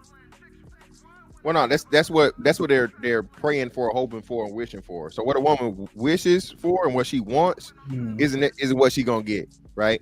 So she's going, and that's what I say. When you have the the Kendra G shows and you have these things, these balloon pop and all this different shit, all these dating shows and these dating scenarios. These women ask for shit they know they don't qualify for, and at the end of the day, that's why I be going so hard at these chicks in the chat. Regardless of what you say about me understanding that, like, where I am, more likely than not, you fucking a nigga that's not on my level. He not as tall as me. He not motherfucking, you know what I'm saying? He not where I am, you know what I'm saying? Career-wise, financially. You know what I'm saying? I'm just able to assess the shit and reality, put myself up and compare myself to the average man, right? So most women are with average or below men. That nigga, the 6 figure, 6 foot, all the sixes nigga, right? He really is, you know what I'm saying, that guy. And he knows for a fact, once he understands that he's what women want and he can use that as his leverage, he can do it if he knows how to. Just because every dude is a quote unquote, even if you match the high value man qualifiers, how many niggas actually know how to move like that, him? How many niggas got the balls or the gall to fucking say, all right, bitch, listen, hey, I got a rotation, I got a team, you own it, yes or no? You feel what I'm saying? So I think, like I said, I think what happened was, again, the red pill thing blew up, right? And a lot of brothers that, you know, felt left out or whatever, you know what I'm saying, gravitated to it, and they started, you know, shouting shit from the rooftops. Bro, I was amazed. You know what I mean, bro? It's still it's like a new Kevin Samuels fucking like copy page every day, still in 2024. He been dead 2 years now. You feel me? So when you see when something sounds good to people, with niggas especially just running the ground, i.e. they not like us, like they play that shit like, you know, 37,000 times a day on the radio and everywhere else. Yeah, bro, you understand what it is, and so people just repeat a whole bunch of rhetoric that they don't even subscribe to for real. They don't even have the ability to or the desire to live the things they talk. They just repeat it. Yeah, no, 100%. What you think, Aaron? Before I, yeah, I mean, I think it's just more the same thing. I like the words that you use, platitudinal. I think most of this, that's kind of like the common theme. It's just a bunch of guideline rhetoric, you know, a bunch of like what is the word I'm looking for here? Cliches that end up just being platitudinal because they just don't fit real life. They're just guidelines. Everything so far. Yeah. And it you know, when you got realistic people, remember we had the conversation and people look for the why nots, you know what I'm saying? Like I didn't know, and I'm just 100% honest, I didn't know that height was such a big thing for women because I never had an issue with it. You know what I'm saying? And I don't know if I'm necessarily overly like short, you know what I'm saying? I think I'm on pretty much average height, right? But I just never even seen that being a thing where women was like, you too short or something of that nature. I never seen that before for real. Now, I think when we had the conversations, I guess if I reflect back, did my taller friends have an easier time? Maybe. But usually, when I was outside, I'm usually the aggressor in the situation too, right? So if I saw a girl that I thought was attractive, I would just go approach her. Like, it didn't mean nothing to me about getting rejected, right? I go approach the whole group, get them to come to this section, whatever the case is. In the grocery store, it didn't really matter in terms of that, you know? So, and this is anecdotal as well. When I DJ a bunch of these weddings, shit, everybody my height. You know what I'm saying? So I'm just wondering, right? And I know it's a small sample size, right? But I probably can assume I've been to more weddings than most people just because I'm DJing them. But on Family Feud, when they survey 100 motherfuckers, that survey be on point. So I just wonder, man, like, what are women actually shooting for? Have we done men that don't hit these qualifiers a disservice? Like, what does it say to the man who's a teacher and he's the 8th grade chemistry teacher that you never ever forget his name? You know what I'm saying? Me and my boy, Mr. White, if y'all ever watched the old shows, we was in we took biology and then we took AP chemistry, right? I think it was it chemistry? And then we were the only 2 black kids essentially, right? Because, you know, unfortunately, as you go up with those courses, right? And so the teacher used to pour into us. He just took a liking to us, right? It could have been for whatever the reason was, you know, maybe because he was black, but it was only us 2. But he made sure y'all stay after, y'all do this, y'all do that, XYZ, you know. And that man was great to us, you know. I'll never forget his name, you know what I'm saying? But he ain't making $100,000. You know, but he had a wedding ring. But what makes a person high value? You can't just be that bread. Feel me? What y'all think? No, I mean, money kind of is a side effect of what makes a man high value, and I think it's an immediate metric you can use to assume a man is high value, but I don't think it is an accurate nor direct measurement. I think things like principle, things like integrity, things like courage, honesty, honor, patience, discipline. These are the hallmarks. Intelligence, education. I don't want to. When I say aggression, I don't mean aggression like as a personality type. I mean aggression with life, like kind of a forwardness, that kind of you pursue relentlessly that which you believe is worth pursuing. You know what I mean? That kind of, what's the word, Ham? Help me out. Not aggression, but just assertiveness and just maintaining that forward momentum in life. Yeah, I guess that's a good. I think that's a good word, right? Yeah, because right. how you pursue is very definitive. Exactly. There you go. So to be aggressive, I think really resonates. People can see it. People can feel it, right? When we in the gym as an example, right? So coach set up 16 guys said they want to fight, right? And so ever since last week, we've been doing like fight camp. So ever since last week, it's less and less people showing up. Less and less people want to spar. Right. And so the pursuing of what it is, you can tell the difference, right? Right. So I often just spar with a few different guys because I'm trying to be better because I'm not good. Right. Right. And so I make it a point every time I go there to make a statement. But people drill wrong. I don't drill wrong. You know what I'm saying? If it's 50%, I drill correctly. But as soon as it's supposed to turn it up or we hitting the bag and we got to get out this many punches, I'm doing it aggressively, and I be getting my ass kicked too, of course, but that matters, right? I think that's the intuition that women do have. I think that they can see a nigga, like how that vibration is. Do you think that matters for men before they even know how much money you have? I hope. What y'all think? I mean, Mr. Ventana ain't paying attention. Yeah. I'm waiting for Aaron to say something. Go say something. So no, men look. Competition and being a man is hard, bro. I mean, we know that shit, right? And you put the shit in the back of your mind and you do whatever you got to do in order to survive at the very least. The problem is most dudes are in survival mode, and I'm not saying that as a, as a negative. I think most people are. Let me see dudes. Most people are trying to make something out of life and get the best results they possibly know how to do with what they have and what they know of, right? And as you said, Ham, you gave a great analogy, right? And as you get higher and higher in those tiers, it's lesser and lesser people there because it takes work to get there, bro. It takes work to fucking, get at a point in the life to where you're comfortable. Then you're, you're successful. Then you're rich, wealthy, and and so on and so forth, happy, right? All those different things, so many different aspects of life. So, but most people, a lot of times not even the fault of their own. I would just say, the way society is set up, they never reached past the survival aspect of it. So they're going through life, they don't know how to plan. They've never been given the proper tools to, set goals, milestones, and, checkpoints and all these different things and whatnot. And, hey, they pretty much get what life gives them. They have to accept what they have to take what they can get.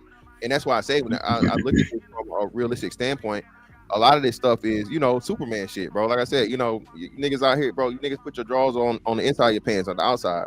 Y'all talk like, you better jump off the motherfucking building and not smash the concrete.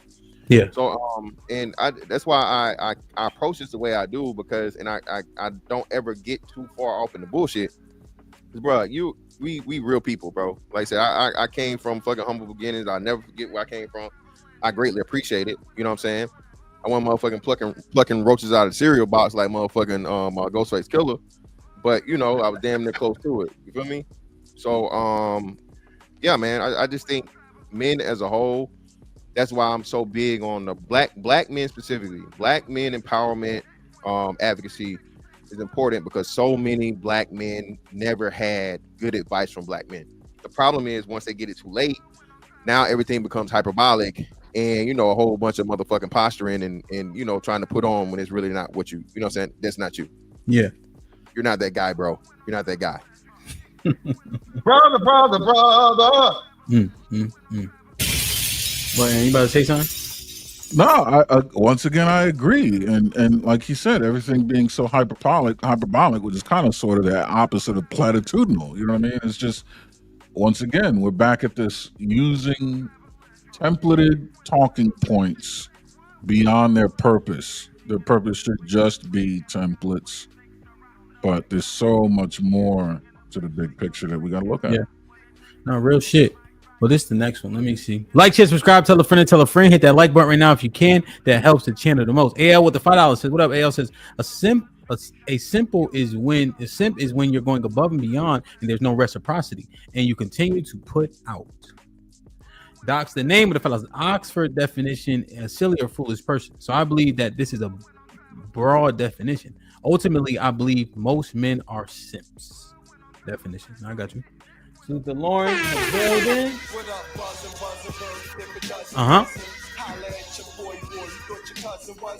Whoever got blessed with one of those 5 membership, please maintain it. Like, share, subscribe, tell a friend, and tell a friend. Hit that like button right now if you can. That helps the channel the most. How about that alpha shit that you mentioned, Mr. Fantastic? What's the reality? Like I said, man, we actually had a topic on that, and that's very, very few and far in between. And I think the whole alpha aspect of it, bro, and the way people apply it, bro, that shit gonna get you. Listen, that shit will get you in a bad fucking place, bro. All right, because hey, ain't nobody, they don't use hands no more. That's all I'm gonna say. All right, you come up here with some rah shit with and the YNs out here. I don't know if y'all know about the YNs.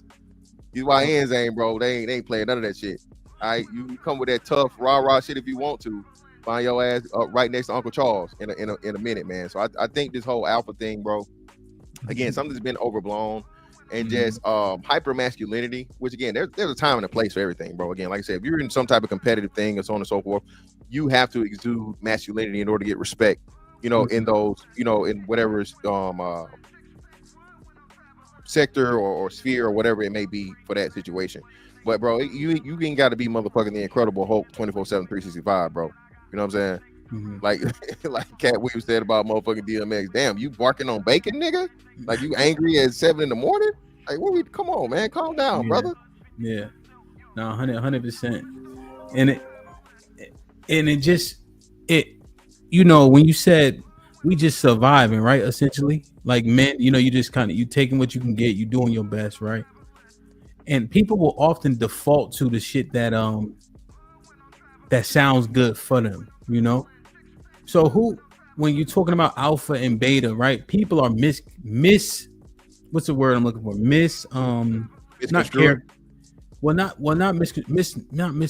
Mislabeling themselves, right?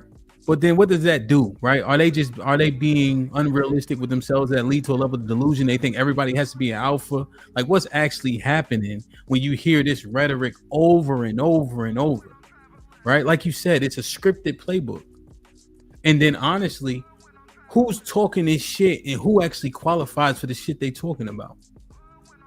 Is it too many people talking without experience? And just rehearsing and reciting things that they can't actually duplicate themselves. So now you're hearing shit from a person who can't do it, and then what happens to the average man who's just trying to make it? How does that actually affect him? Yeah, and that's what I'm saying. So what happened is exactly what you said, Ham. You have a person that you know gets to these heights, especially from a social media standpoint, where they're you know, giving people advice and all these different things and so on and so forth. And then it comes out that, oh, whoa, this motherfucker did this, he did that, he did this. It literally goes against his whole, you know, everything he talks about. So now you have men back in this place of just what do you call it? Lack of identity, right? Because they built their whole thing around someone's rendition of their definition of what it is through that person. That's why fucking idolatry is a sin the way it is. I don't think people understand, bro. Like, bro, you can't be worshiping, you know, people because people aren't perfect. And what happens is now your whole world is crushed because you put your whole entire identity around what, you know, somebody has, you know what I'm saying, said it needs to be, and then you come to find out that they're not living it. So where does that leave you? I know. So how does that work? Like, so when I first kind of come around, right, and I'm hearing it, and I'm like, oh, well, I never saw that, right? Or that wasn't like anecdotal experience and things of that nature, right? And when I'm hearing all this stuff, you got to be this tall and this, that, I never really saw it come to fruition to how it's articulated, you know? And then there's even some scenarios that'll come up where I'm like, well, you know, it don't actually happen like that, right? Like, you know, like that women, when you get in their head for real, the control mechanism switches. Yeah, most people, when you challenge it, like you say, Ham, when you challenge a lot of these dudes to it, and you like, oh, for real. So, yeah. Well, how does that work? Well, you know, and then it's like it's a script, and it lets you know, like Aaron said, and you too, Ham, and like men that have just life experience, you know what I'm saying, from, and not just the female aspect, not just successful women, but being successful, being structured, principled, bruh, like you see them, you real recognize real, right? So when I hear you say the shit, and you know what I mean, especially like for me, because like, you know, I came in on this shit, and before it blew up for everybody, I was saying the same shit. I was a married nigga against marriage, okay? I was trying to tell these dudes, like, look, bro, I'm a married dude, okay? I got in way before it was cool, so on and so forth. And at the time, everything was cool. I wasn't out here because my marriage was in shambles and all this other shit and so on and so forth. I was just speaking from, you know what I'm saying, the perspective, giving the young dudes the, you know, let them know, hey, bro, it's not the same. All right, so be very, very careful before you go out here and sign your name to that piece of paper, because, you know, it didn't, you know, my shit turned out the way it turned out. You know what I'm saying? Everybody like, oh, well, yeah, that's the reason why he got out here and started doing that red pill shit, because, you know, his marriage was failing. No, my marriage wasn't failing at all. Like, it wouldn't have took my fucking marriage 3 years to fail. You feel, over YouTube. You feel me? Yeah. But yeah, man, just that aspect of it. And a lot of dudes, man, once they're battle tested or that shit's put to the fire, crumble every time, because like I say, it's not their life. They're regurgitating somebody else's experience or somebody else's opinion. That part, man. And I can use a tangible example, Aaron, you could jump in and just popped in my head, like the boxing shit, right? Once you start really doing it and you really participating, we got people wanting to come out and actually, oh, you know, you want to say something? Well, come on. Come get this work, right? And you realize niggas ain't willing, right? And more importantly, when niggas get in there, it's not going how you think it's going. And we saw a great example of Mr. Fantastic last fight, right? But mad people was saying that. At least Will had the testicular fortitude to get in there, right? But motherfucker, oh, Mr. Fantastic got to do this, he got to do that, he got to keep his hand up, his cardio, motherfucker. I could tell how you talking and watching it. You ain't never really did it before. I ain't stepped foot in one not Nam gym. Only gym you know is Bean and Slim. And I liken it to what we doing, like the conversations. Go ahead, Aaron. My bad. You didn't even get a turn. No. I think that's one reason why when we have these conversations, sometimes I get quiet, because I start to see that happen, and I'm like, these motherfuckers, A, don't have a clue of what they're talking about, or B, they're lying. What they're saying does not fit their reality. Or they simply don't have the experience to even know what fits any reality, because they don't have the reality yet. They're still green. But like when we were modeling out the whole alpha thing, remember that episode? I think it was a great episode. Yeah. Now I do think that the probability of people that are going to come up here, there's probably a higher probability of them being alpha because of what is required to be here. But I don't think 8 out of the 10 squares are alphas. And I think part of the allure of becoming an alpha is it's a choice of one or two. If you had to be a 1 or a 0, what would you rather be as a number? Sorry, you broke up, Aaron. Say it again. Oh, if you had to be a 1 or a 0, which would you rather be? A 1? Yeah, or a 0. Yeah, 1. 1. A 1. Most folks only know alpha and beta to that degree. They only know it as alpha and beta, and they know A comes before B, so A is better. So I want to be that. That's the cooler, more sought after and attractive example.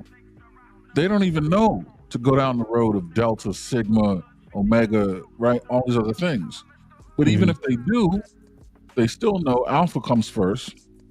And by definition, the alpha is the most assertive one, is the most prone to be the leader. So people automatically want to self-identify. Notice I said want. Self-identify as alpha. But there's nothing in their life to prove that to be the case.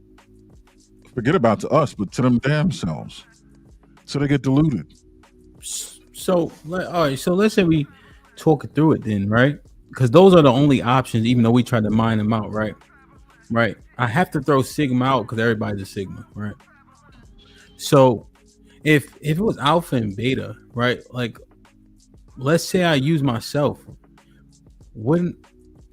Isn't beta more common? Yep. And what are the traits? Loyalty.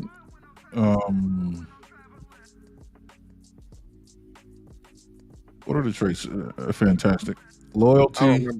I'm just saying, what makes me not a beta, I guess, right? Like, what would make me not that? Disagreeableness, assertiveness, self-assuredness to like a degree of extreme, or like a degree where you don't give a fuck about what anybody else is saying. Your way is your way, or your way. Like, what's a highway?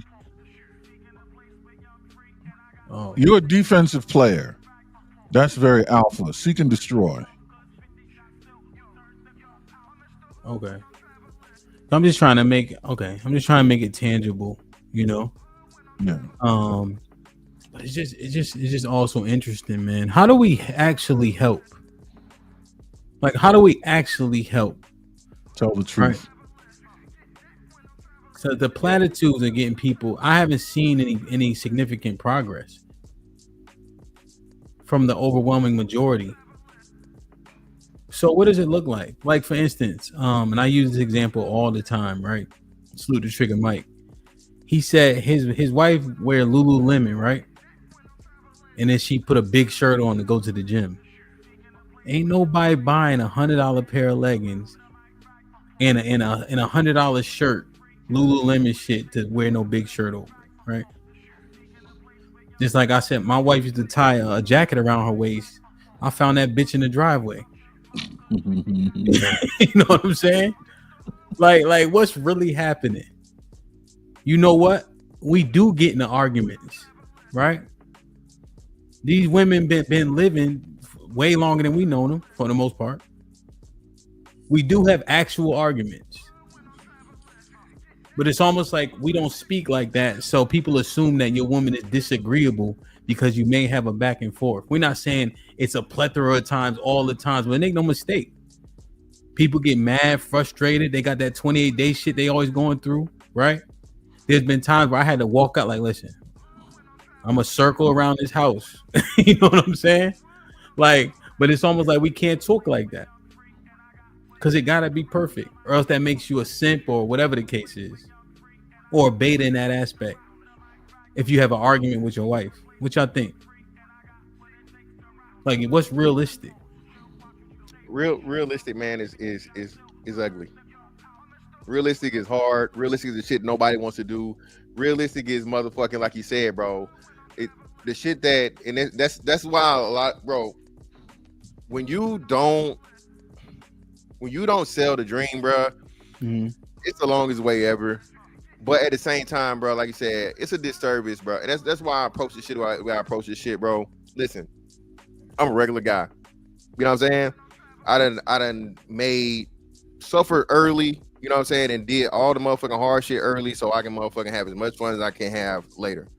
But I still have not forgot about none of the shit I did to get to where I'm at.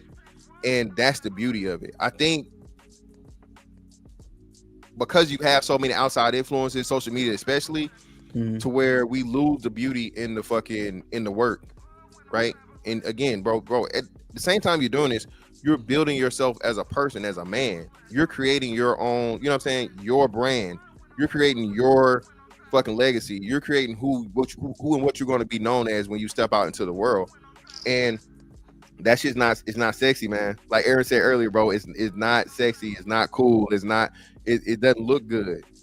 Bro, living as a man, regular everyday man, everybody wants to be fucking, you know, the rapper, the football player, the basketball player. No, nigga, that's less than 1% of the population. Okay, how about we focus on, you know what I'm saying, like the regular everyday man that makes the world go round.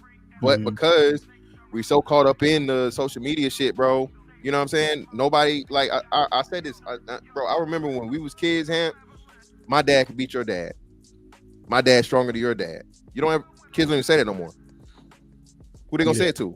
Nobody's got dads. So once you understand like the beauty in something like that's been lost, man. Yeah, bro. It's, you know. No, 100%. I understand that well. Aaron? Yeah, our fathers were our superheroes. I know mine. My shit. You still can't convince me to this day. We run around calling him Batman because if you're ever around him and there's like something breaks, he just randomly pulls out the right tool. Like, why is that even in your pocket? Or I'll be back, he'll go to the car and get like this way to fix it. And it's like, why do you carry that around? We call him Batman teasingly, but like we used to think our fathers were superheroes. I still do. I still think, you know, last time I arm wrestled my father, he beat me. And I purposely never challenged him again because I could tell after that arm wrestling session I'd be able to beat him. And there's no way I could live with that. There's no way I could. So his record with me is undefeated. And it will be that way until we both are in the ground. We don't look at our men like that anymore. Yeah. Yeah, nah. Real shit. Those images, man, like I understand. There's some advice, right, that if I were to give it, feel me, would be this. Once you get in that discourse, don't go sleep on the couch. Fuck that. Never sleep on the couch, fellas. I don't give a damn what TV shows she watched, all that. You lay your $5 ass right in that bed. That's your bed, that's your house, that's your wife. You sleep on the couch if you want to. But ain't nobody throwing you no pillow down those steps and you go lay your big ass on that couch.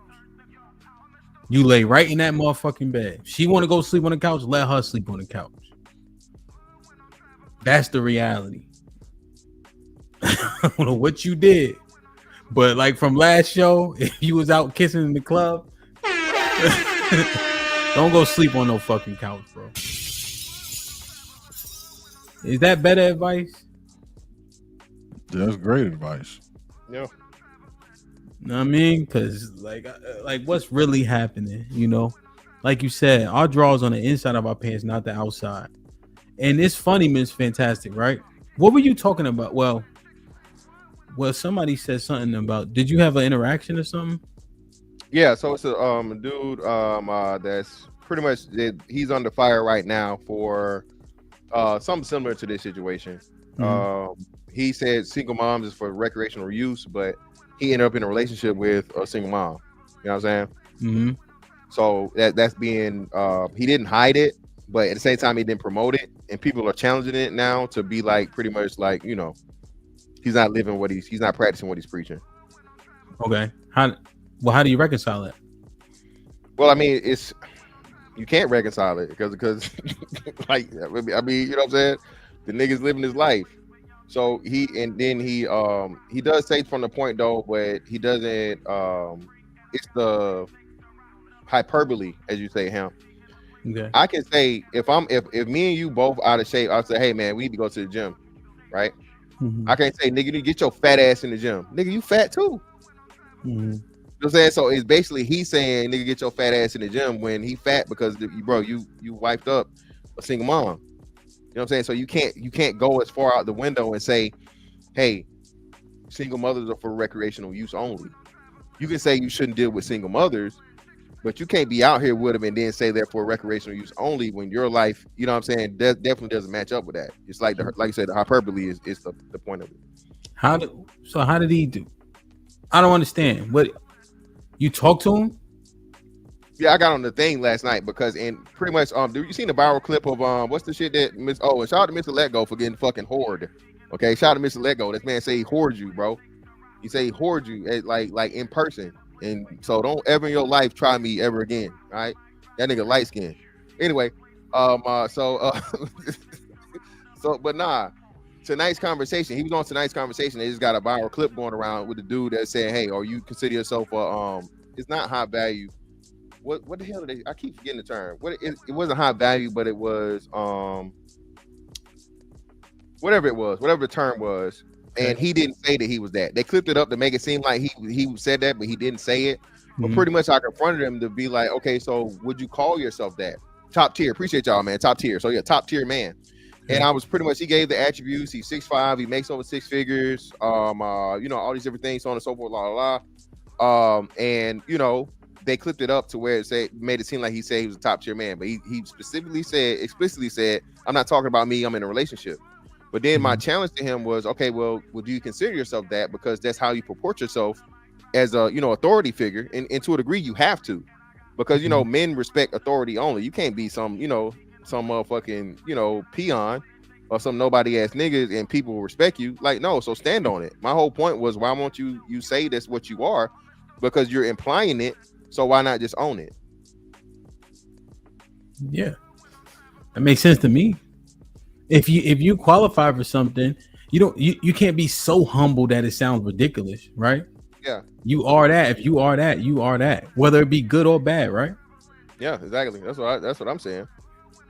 But I'm trying to understand though. So son dates a single mom. So why is he saying they only for recreational use if that's his girl? Oh, not date. Yeah, not date. This is old lady, bro. They 2 kids in now. So the white woman with all white kids, right? He had his little girl, right? They get together. He said he was like 25. White. They yeah. So they have a kid, right? I think the last kid they had together is maybe 1 going on 2 or whatever, and now she's pregnant again with the second kid. So you know what I mean? This is your old lady. This ain't just like some little slide or like some little little freak joint. No, this should you know what I'm saying? By all intents and purposes, your wife, your future wife, or, you know what I'm saying, of sorts. I don't understand. So then why the fuck would he? I don't understand. That's we saying him. It's the brand. It's the Red Pill brand. You have to say the craziest, wildest shit about women in order to garner your audience and keep them coming in. You know what I mean? She's white. Put him in the fucking bed. Get him out. Sorry, I can't hold that shit in. Get the fuck out of here. I can't. Yo, cabinets behind you. Come on, son. Like that's the fuck. He wilding. Like not only he being a hypocrite, he's wilding too. He's wilding. Come on, man. You know what I think about Allentown, PA? Yes, I know Allentown, PA. Yeah. You know, that's where he's from. Oh, okay. That make more sense then. Okay. All right. Yeah, he's from Allentown. Dorney Park, yeah. Okay. I can see it. But still, I can't. Put him in the fucking bed. Get him out of here. He's bugging. It's still a trip. Yeah. Because one, if you want some Huggy Bear shit with her, there's no way by proxy, that baby moms are for recreational use. That makes zero sense, right? Now, if he's saying, listen, like let's here's where I could see a hole in it. Let's say he got a kid, she got a kid, right? He dating her. At the same time, he's saying, yo, if you don't got a kid though, right? I wouldn't recommend this construct for you. No, he said that. He did say that. So he did say that, but if he don't got a kid, why is he even dating her? That will break down his premise instantly. No, he got a kid though. That's what I'm saying. They both had kids. So she had 2 kids, he had 1. Oh, okay. Okay. The point, the fact of the matter is that, like you said, with his situation being at was, just say, hey man, don't date single moms. Don't say motherfucking, like I said, jump out the window and say like the craziest, wildest shit you could possibly say. You know what I'm saying? Okay. So, but you have to do that in order to, you know what I'm saying, to garner the audience, to build and a brand. You destroying men by doing that shit, right? Because like you said, if they respect you, right, and you speaking on a specific thing or whatever the case is, and then you don't articulate that thing well to where it encompasses your situation, you're gonna have an issue. And if you're talking like you a lord of the information too, right? If I'm giving it my opinion, that's different than me saying, hey, definitely do this, right? So when I'm telling you, yo, don't eat pork, don't do this, don't do that, follow the commandments, etc., I had to make sure I do those things 100%, right? But now if I build it out, say, look, I got a kid, Shorty got a kid, couple kids, right? You know, when we got together, it made sense. We created the Addams family. Now, if I'm a young man without kids, Addams family, not a Brady Bunch. If it's a young man that doesn't have a kid, this construct is difficult to deal with. Both of our time is in demand because we both got kids, right? So we kind of have more understanding and empathy. You won't be void. You'll be void of that because you don't have the experience. I wouldn't recommend this for you. In which case, he could probably sneak in the recreational use at that point. You feel what I'm saying? But it has to be structured to where this is the situations in which I would advise against and for. You know what I mean? Damn. So you talk. So you talked. You told him all that. Yeah, basically, yeah. I'm like, bro, just own the aspect of, my point was he didn't want to own the top tier man shit. You know, but he didn't want to own the top tier man shit because if he says it now, he can be challenged to say, nigga, how you top tier when you chose the baby mama with 2 kids? You know what I'm saying? Your past doesn't, you know what I mean? But at the same time, you know, I mean, you can make the argument as to where, you know, hey, there's somebody younger, so on and so forth, blah, blah, blah. But it's just like you said, my whole thing is it's like you said, selling the thing, bro. It's bringing a lot of dudes into the situation that they're not going to hear anything other than single moms are for recreational use. Yeah, that's what they want to hear. Yeah, so now, but 2 things, like I said, nigga, you don't qualify for a single mom or a fucking single woman, a woman without kids, all right? You know what I'm saying? You don't got your money together, you fat as fuck, you don't got no charisma, you don't have any people skills, all right? And now you're championing this shit and you're the person out here yelling it now. And it makes everybody look bad. You know what I'm saying? You can't enable the fucking wrong people. That be the problem, G. That's the overarching issue. And the thing about it is, we said this, what was it, 3 weeks ago now? A month ago? Yeah. Where are we doing the young boys a disservice by speaking in platitudes, right? By, hey, here's the most optimal thing. Just do this. Don't even consider these women because of it, you know, because of X, right? But depending on son's situation, and arguably most of us are like Mr. Fantastic said, we trying to make it. We just trying to get by. Like, that's all we trying to do. So now I'm eliminating a whole pool because what? The whys aren't making a lot of sense. You know? What you think, Aaron? Damn.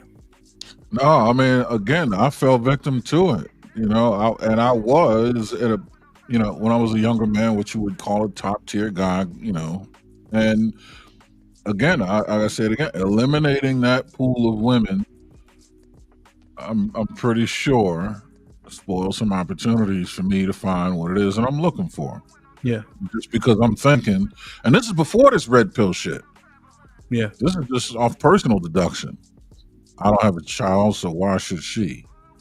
And some of the examples that I was exposing myself to was pretty lousy individuals. You know what I mean? So, yeah. And then when I lift that restriction, I found myself, I mean, back in the arms of my high school sweetheart, sure. But with a woman that has children, and as it turns out, she's a fantastic wife.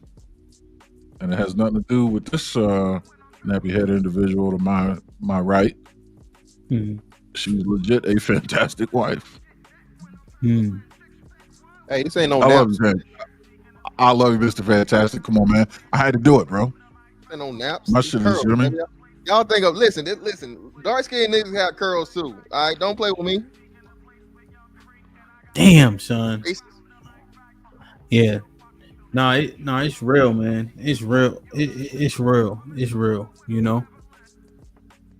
Yeah, and we cited this a month ago.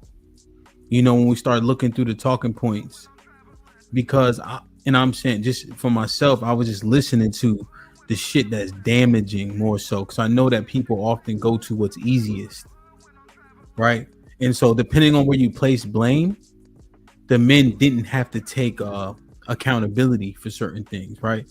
But it doesn't actually help them though, right? So how do we help each other is the key, you know? I think that's most concerning, you know. That's what's up. Like, share, subscribe, tell a friend, hit that like button right now if you can. That helps the channel the most. You drop this link, man. Aaron with the $5 says she's white with 2 baby fathers and her body done. He promotes don't date single mothers, bashes women's standards, and laughs at BBLs. He's a hypocrite. Well, she only had 1 kid. The kid's about the same dude. She's not 2 baby mamas, and that's not a BBL, man. Come on, that's a regular white girl ass. I don't know why y'all keep. Still got a BBL. Corey Joe with the 2000. Mr. Fantastic, can you explain that again slower?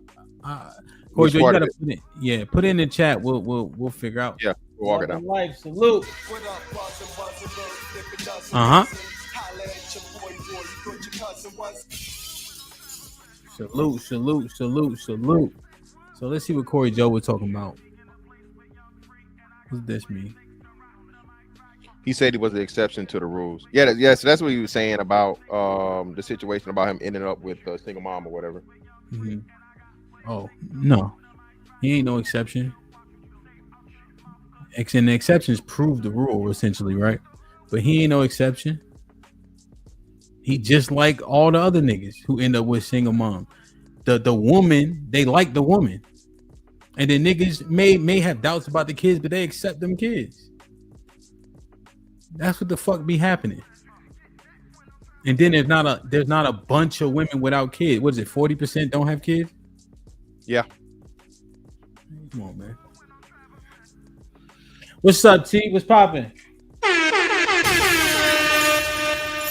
Yo, how's the audio? Is it coming through clear? Yep. Yeah, it was goody. What's good? So, I guess it's just up right here. It's just us right now. So I took notes of some things that resonated with me. So I'll just go kind of rapid fire. Go ahead. It's kind of like 9 things, but I'll make it short so that it's not too long. But someone spoke on coming into your own at 35. I think that's probably what's happening nowadays. I think there's, at least I'll speak anecdotally for me. I started coming into my own a little bit later in life. So, you know, it really just started to materialize for me, kind of everything that I'm supposed to do and how I'm supposed to think. And I've had personal conversations with all of y'all, so including Big Aaron. So, like, yeah, it's all starting to come together at the right time. And I'm still in my early 30s, so I'm with y'all on that one. On a lighter note, like, what about the slim dudes, man? Like, like, I most likely won't ever go past 170 pounds, right? So it's like, am I obligated to, like, can I not, do I have to do I have to, is it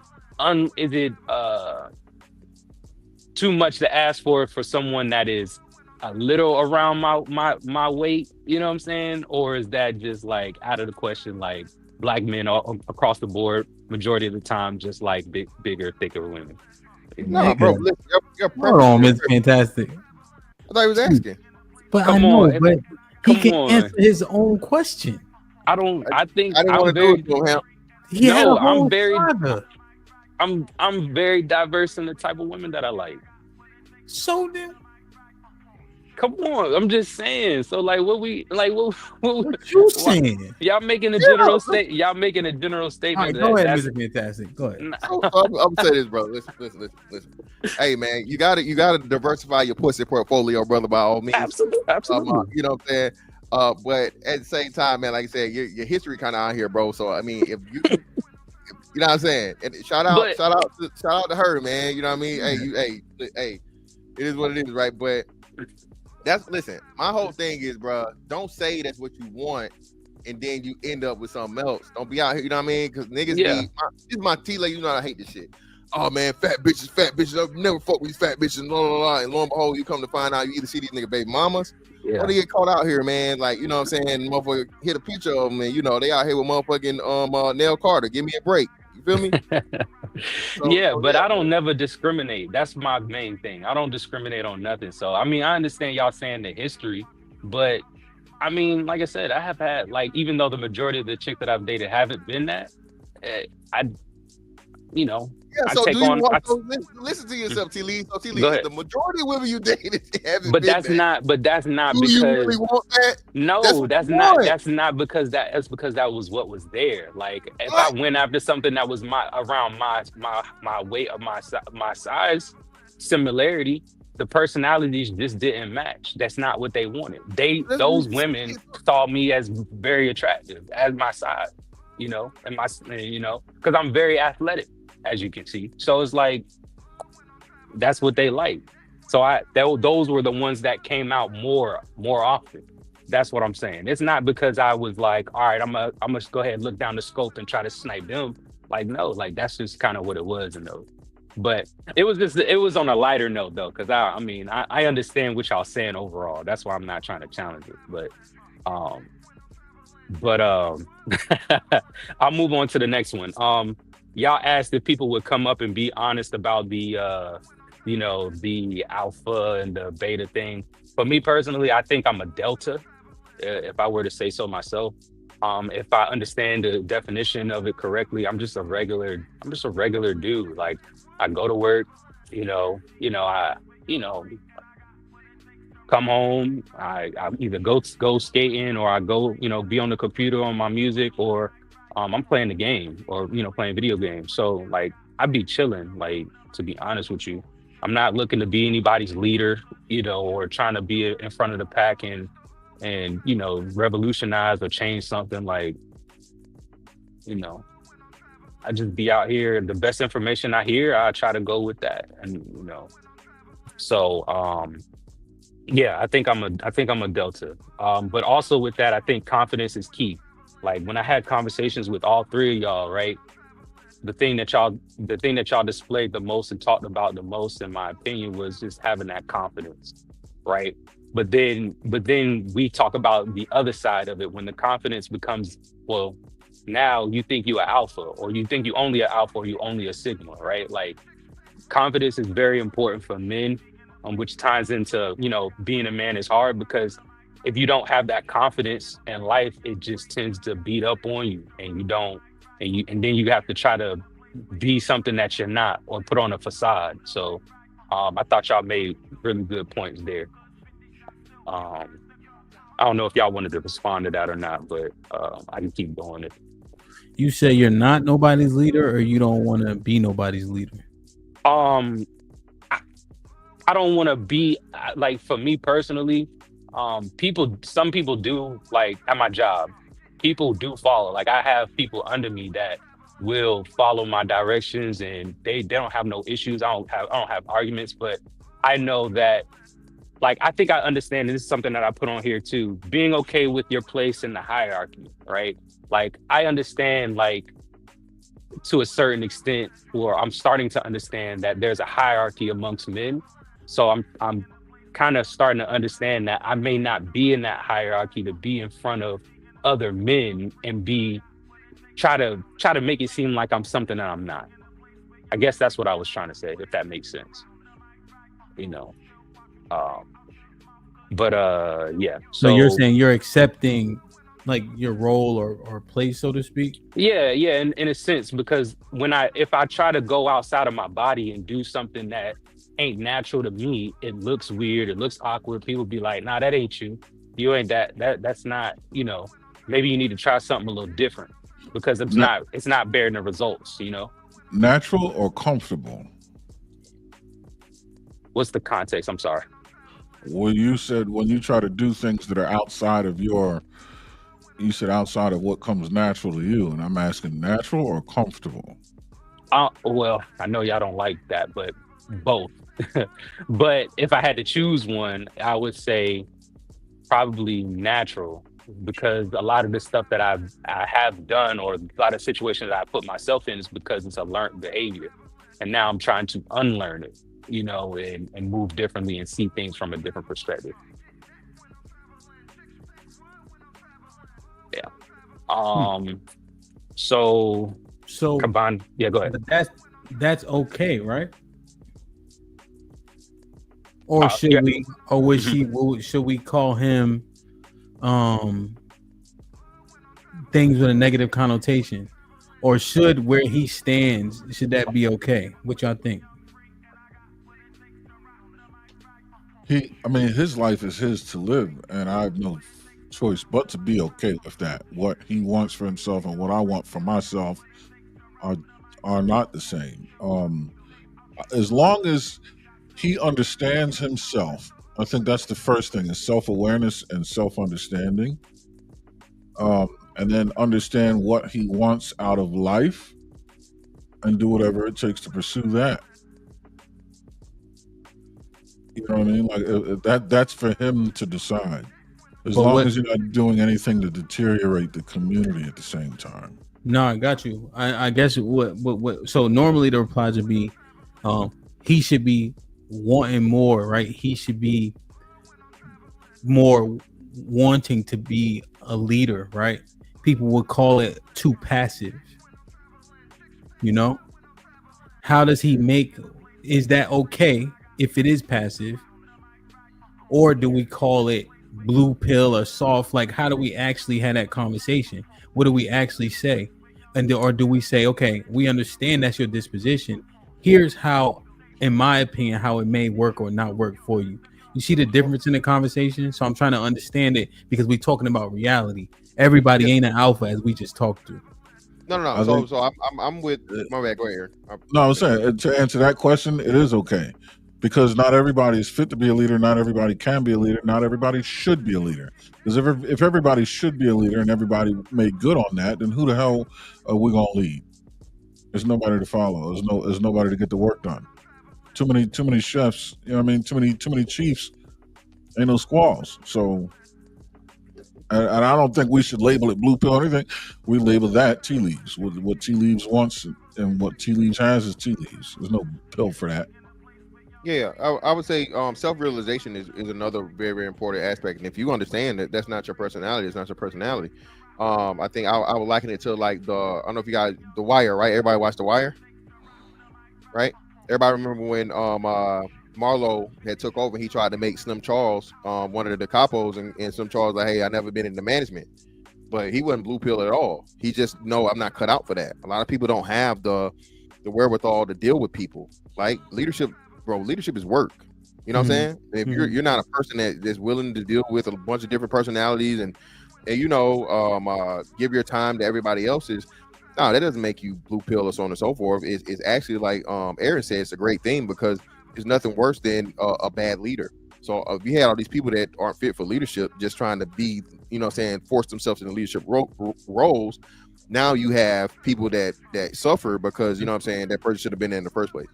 Now, okay. So now, and I'm using tea leaves because this is much easier to use him in this example since I actually met him. And the women can talk that shit all they want. If tea leaves ran down on you in person, you would have to make a very valid reason in your head to tell yourself why not. I'm gonna just let y'all know that now. So, because y'all, so now, how does his disposition actually manifest if you were giving him relationship advice, right? Because I would argue that even though the majority of men ain't saying this shit, this is the disposition in terms of what he articulated. So how do we advise the majority of men? Well, from a relationship standpoint, again, man, get the best thing you can possibly get. Of course, get what you qualify for. So, like I said, I would definitely say, and as you said, we use. Hold on, this we're gonna do. You got to stay away from all the buzz phrases and words. Okay. So basically, bro, deal with a woman. Deal with a woman. Deal with a woman that's on your same path and has your same potential. How about that? Yeah, I mean, if you are a single man, you should be looking for a single woman. If you are a man that's upwardly mobile, you should be looking for a woman that's not necessarily, you know what I'm saying, CEO bound or the same thing as you, but like Hamp say, I don't want no bitch out of fucking McDonald's and you know what I'm saying, McDonald's and Walmart at 30. Now we both 20 and we come together, we get the, you know what I'm saying, we get together at 20 years old, we both at McDonald's, it don't fucking matter. You feel me? But as you at your options and your outlook should improve as you improve. I'll just say that. Hey, Ham, can I add something real quick? Yeah, one thing you don't ain't nothing to add to. He ain't say shit for real. So go ahead. I'm sorry. So one thing that I did a little bit of research and I gotta do more is I believe when I was I asked the question, of course, in Google. I was like, is there different forms of leadership? And then when I looked it up, they said that there are different forms of it. I think the ones that I can remember are, you can be a leader in influence, you can be a leader by by results, you can be a leader by just not saying anything but just action. I probably said the same thing twice, but I think there's different forms of leadership. And I think that just because you're not good at one doesn't mean that you can't be good or be effective in another area. But I haven't done enough research into it, so that's just a theory. I think you have managers that are allocated to a responsibility that can do well, right? I think that's why even the people around you, whether it be a team, your wife, your woman, you allocate her based on her qualities and what she's good at, right? So she may take over something that has to do with the household because that's where her that's her niche, right? That's where her talents lie, right? So yeah, 100%, she would be in charge of that aspect based on being allocated. You know what I'm saying? Because she should be an asset and a resource. Damn, there was another thing I was gonna say in regards to just with the I forgot. Go ahead, Aaron. It'll come back to me. Yeah, no, that came back to me. I think you're right. There's different methods of leadership, and there's different styles of leadership. When we talk about styles, we talk about like autocratic leadership style and all, but the different ways or methods to lead by example, lead by suggestion, lead by instruction, lead by influence. And I think that's one place where tea leaves would excel is leading by influence and example. So like I imagine tea leaves, let's say, as a family and children. He seems like he'd be the kind of person that would lead the children to be good people by virtue of showing by example what a good person is. Not telling them this is what you have to do, but they would just see their father go out into the world, work hard, provide for a family, treat their mother properly, and whether it's a girl or a boy, they would learn what a good human being is by virtue of example. He doesn't have to force it down their throat or you know what I mean, promote some principle set. He would just do it by existing. I got you. No, I think that's fair. In terms of like the things that we talk about, and I think you can lead by doing, right? I think people see the example and hopefully they adopt it. So I tend to hear that 100%. I think a lot of people should lead with action, generally speaking, and stop talking so much, right? Even like the reality is when I'm out DJing, right? And the young chicks is in there, 21, 22, 23. We have absolutely nothing in common. Talking to them, you might as well be talking to a wall, right? With who? No, younger chicks, like 21, 22, 23, 24 in the club, right? They come over asking for requests. They look dirty. Like, there's all types of shit. You know what I'm saying? I got one in my head from Saturday. I'm like, yo, come on now. You know what I'm saying? How do the women say it? It's given. That's how they say it, right? It's given. It's given. It's given. It's given rainbow. You know what I mean? Like, so Sheen giving Sheen and Fashion Nova. You feel me? So that part, right? And then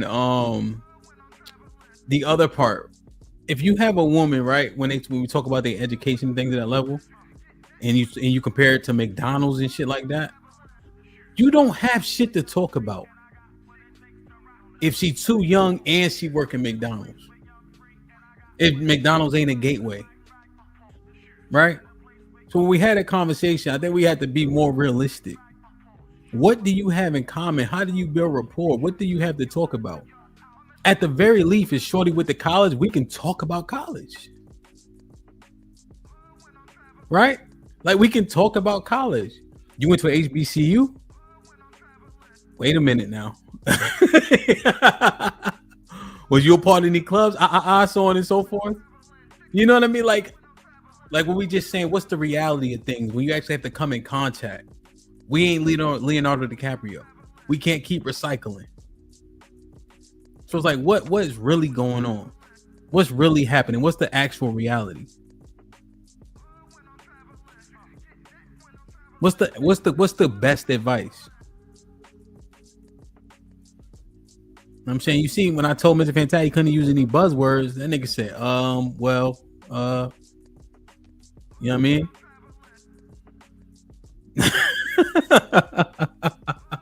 Because then we'll say, well, we need to be equally yoked. That don't coincide with the first part. What's up, Mr. Williams? What's up, fellas? Chat. Yeah, I think y'all need to stop Googling and listening to silly shit, for one. Y'all getting bad advice. And people, y'all want to judge people, and you never know. Somebody could work at McDonald's and guess what? Make more per hour than you. That's one thing. Ooh. Oh, yeah. I got a lot of family in the food service. Fantastic. And I'm talking about put in work, 20 years of work, and make $40, $50 an hour. Yeah. Not in no damn McDonald's, they don't. No. If you have longevity, you got to think I'm older than you. So I know a lot of people right now. One of my cousins works for Mark's. Hold up, 35 years. He works for Mark's Feed Store. I'm sure y'all heard of Mark's Feed Store, right? Who? Mark's Feed Store. No. You never heard of Mark's Feed Store. You need to Google Mark's Feed Store and see who owns them and all of that shit. But feed store, when you say feed store, that don't sound like Mark's food service, brother. It's a barbecue spot that's been open for decades. Okay. And my family does food service. My father used to be Dietary Managers Association president nationwide. All dietaries in the nation. See, when you shit on food service, you need to know what you're talking about. See, I know a lot, but you don't know a lot. He wouldn't be included though, Mr. Williams. No, what I'm saying is, the food service industry, for one, you have it everywhere. Hospitals and all of that. Sometimes y'all shit on people and y'all talking about restaurants and all of this stuff. I'm just saying, you never know what somebody makes just because they're at a job. I know what you make at McDonald's. I know ain't nobody at no motherfucking McDonald's making more money than me. I'm just giving food for thought just for some extra. That's all I'm saying. Unless you the franchise owner, no. I'm just saying. But Mr. Williams, an hourly and service worker is not making no $50. Now you have, man, I'm looking at it right now. Like Texas, the top end managers make 65,000. And then you have corporate workers who I'm sure have salaries, but you talking about hourly wage, $40 an hour? I know motherfucking food service. The burgers $1. Heard of The restaurant ain't even talked about, so it doesn't matter because I'm in a different state. But a lot of people know about Mark's Feed Store. Well, we understand this, right? So if you go to, like, let's say a Del Frisco's, a SDK, a Roof Chris, right? A Steak 48, right? Those servers are making that money, but because the dollar cost is so expensive, right? So we understand that, but that's very high end. But generally speaking, fast food, I can't afford to pay a nigga $40. I'm charging $1.25 for a burger. Well, I'm gonna also say this though. I know plenty of people who work in food service own their own homes. Majority of people are not owning homes. They renting or you paying a mortgage. I'm just saying. I'm saying from the time I've been a child till now, people that I know who have been in this industry. I just kind of think it's this service sometimes to clown people because they do work at restaurants and shit. Well, Ms. Wings, what we were actually managers and shit, and they running the shop and all of that, and just become general managers and shit. I'm just saying sometimes I think because this is reality, you could, just like you said, you could meet somebody that works at a restaurant or somewhere else, and you don't know what happened to them. You don't know why they have. Does that make them less of a person? No, what we're mostly speaking about is the fact that we say, hey, go get a girl out of McDonald's as long as she's pretty enough. That's what we're talking about. We're not clowning the people who we're just saying that ideology, right? When you have to actually employ it and bring it to fruition, like how realistic is it, right? Because it's the rhetoric versus the reality. And that's what y'all ever talk to it? Go ahead. I hate red bullshit. I just do. I hate the whole thinking of it. I hate it. I know we're not supposed to, but at least it ain't a person. I just hate the whole ideology.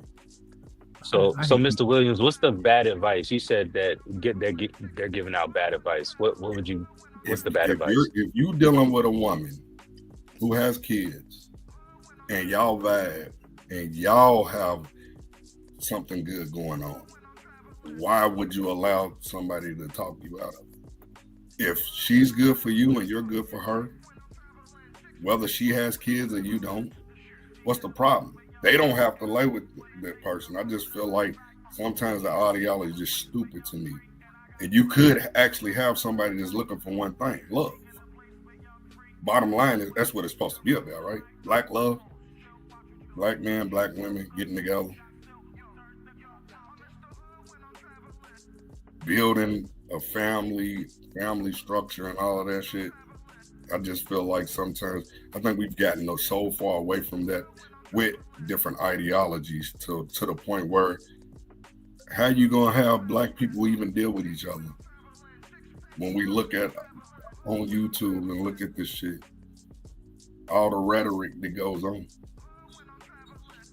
So regardless of whether a man has kids or not, you saying regardless if he has kids or not, if she has, if she like her, you like her. If you like her, it's regardless of the situation. It's regardless of anything. Okay. That's what you do. Not let somebody else dictate what the hell you should do.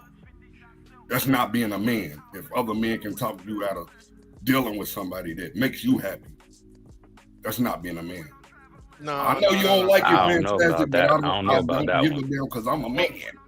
Well, again, you're a man now. You're a man now at 50, okay? And like I'm pretty sure, like you said, you had your dad. 48. Hold up. I'm 48. Hold up. Okay, 48. My bad, brother. So this is the thing, right?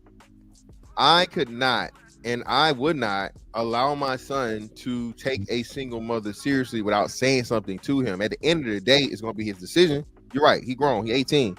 But when I tell you I'm going to be on that nigga's motherfucking neck any and every time, be like, bruh, I know this is just for fun, right? I know you ain't taking her serious, right? Like, come on, bro. She got a kid already, bro. You know what I'm saying? You got a promising future, and why? What are you doing? What are you thinking, nigga? Go get some more head. Go get some more pussy. Go try something else. No, this one right here is not. No, she's not for you. And I would be irresponsible as a father, Mr. Williams, if I didn't tell him that. Because you got to think, it's not just for him. It's me. You know what I'm saying? Any woman he deals with and takes seriously, that's possibly gonna be, you know what I'm saying, my, you know what I'm saying, daughter-in-law, or you know what I'm saying? I mean, ideally my daughter-in-law, or you know, the mother of my grandchild. You know, and especially with me having a history, you know, with his mom, I don't want him going through that shit. So you know what I'm saying? I need to it's my job, even though he's a grown man, you're right. I still owe him a responsibility as his father to not let him make a bad decision, because I know how good that pussy can be. You know what I'm saying? Yeah, I'm not saying not to, you know, we supposed to advise them. As we always gonna be the parent, but once they get a certain age, we are their advisors. And so yeah, we supposed to do that. But at the same time, life be life, dude. And sometimes it's hard for people to find somebody. But then if you actually find somebody that meshes with, now, mind you, I don't want my kids dating a woman that's 20 years older than them. No, I want them to find someone within their age range, you know? So Mr. Williams, is it bad advice or is it situational? Well, it could be situational. It could.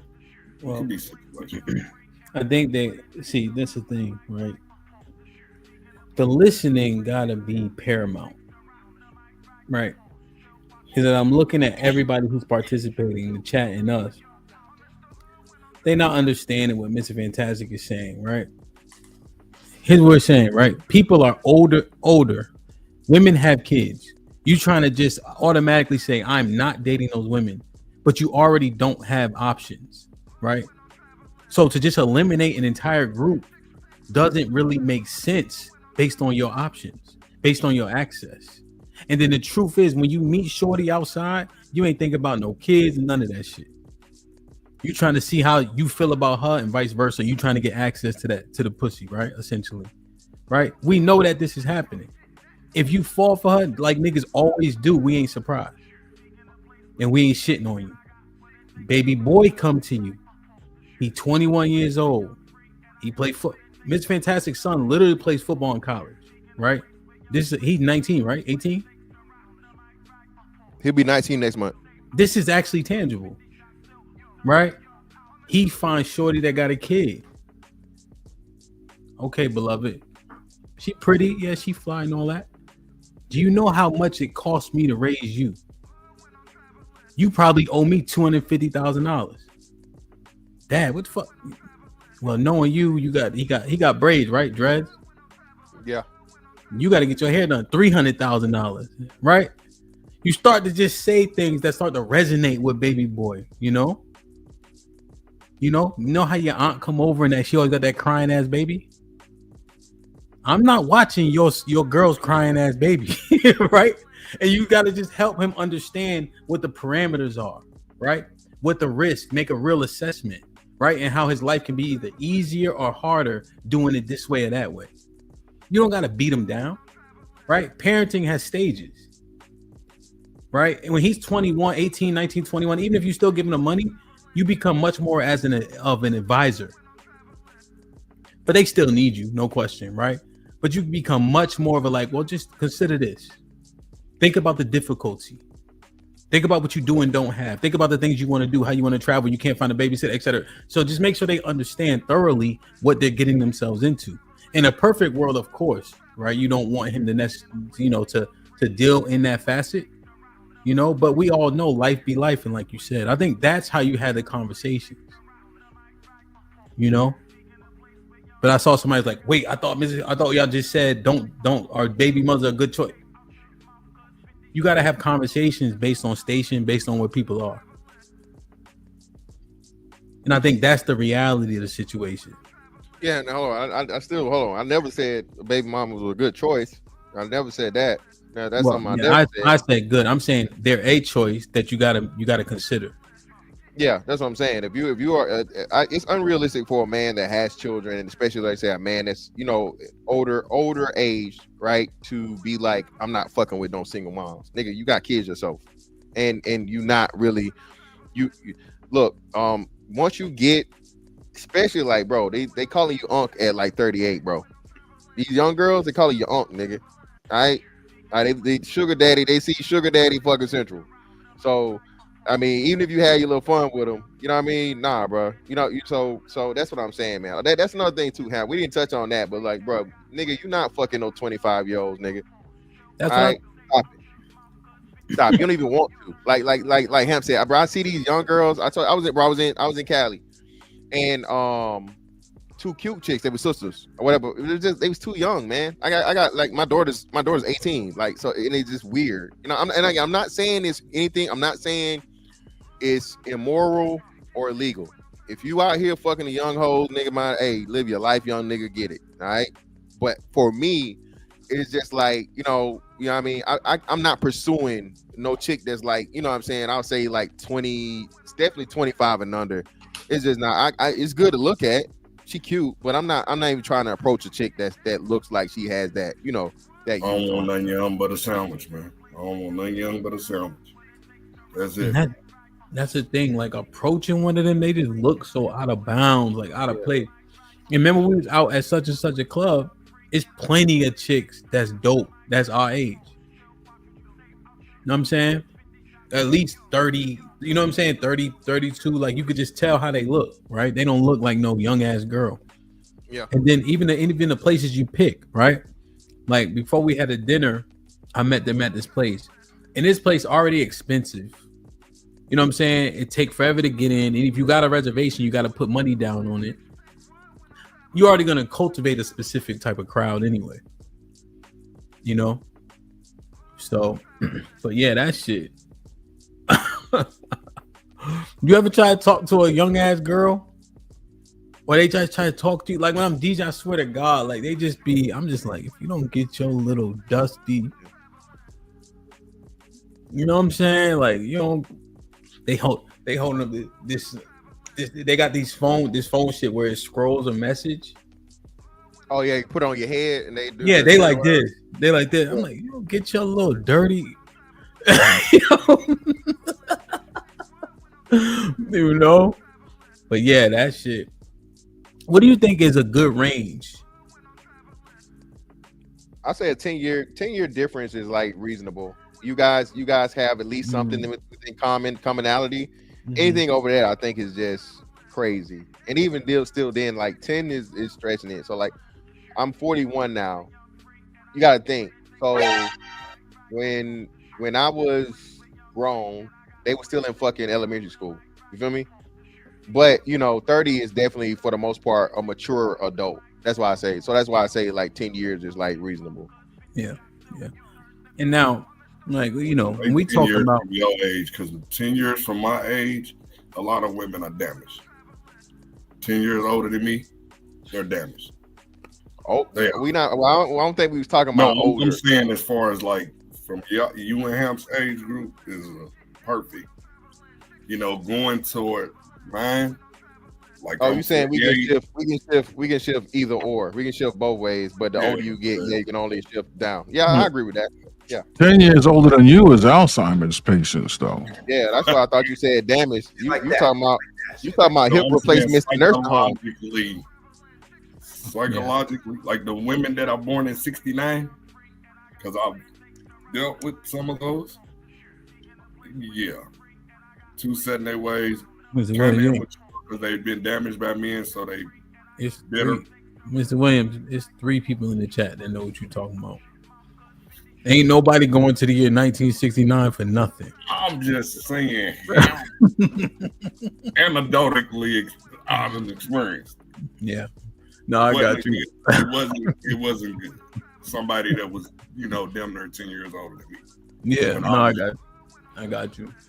And I mean, don't get me wrong. I'm not saying niggas won't smash a young chick, but I'm just saying the interaction it's just a different interaction, you know.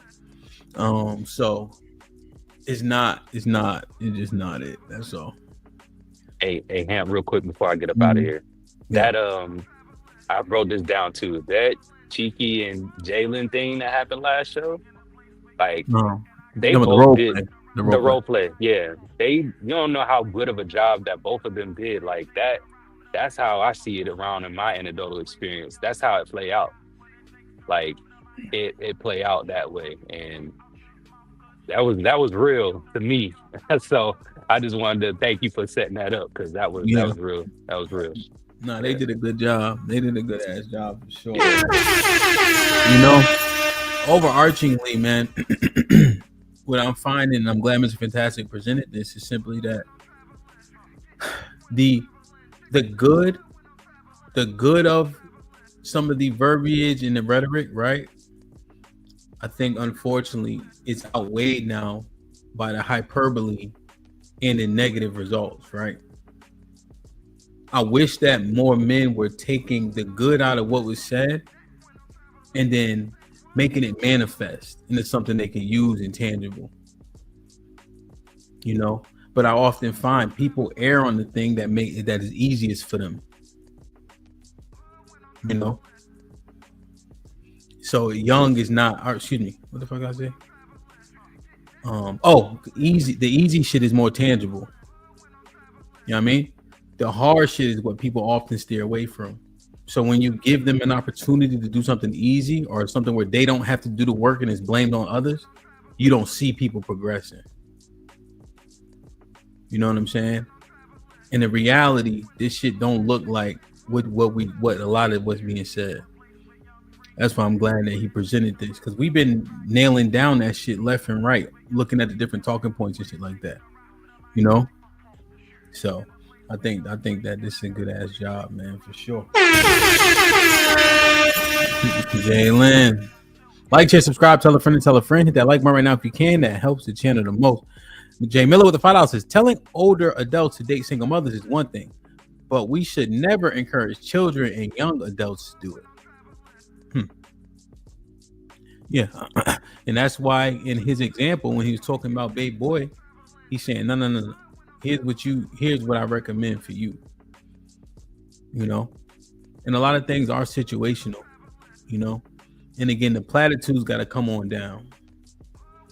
Damn, I hate that working out one so much. I ain't gonna lie. I hate that shit. People don't work. I don't even know how to work out that good. You know?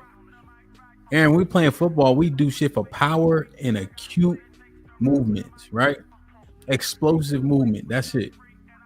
Some of the worst technique, some of the worst, most dangerous, and most fucking injury prone fucking shit ever in life is fucking football training. Horrible. It's bad on your body. It is high abusive miles. But you can knock people out their sneakers. Oh, you're a weapon. You can knock you can knock a motherfucker out of his own damn dreams. You know what I mean? But it's a cost. It's a price to it. Mm-hmm. Gout is one. Yeah. Damn, man. All right, y'all. I'm about to get up out of here. Gotta go work for the white man. Hey, I appreciate y'all for having me. Hopefully we had a good discourse, you know? Yes, sir. Be safe. Do the right thing. Take care of yourself. Appreciate y'all. Damn, man. Mr. Williams, how long you been on the internet?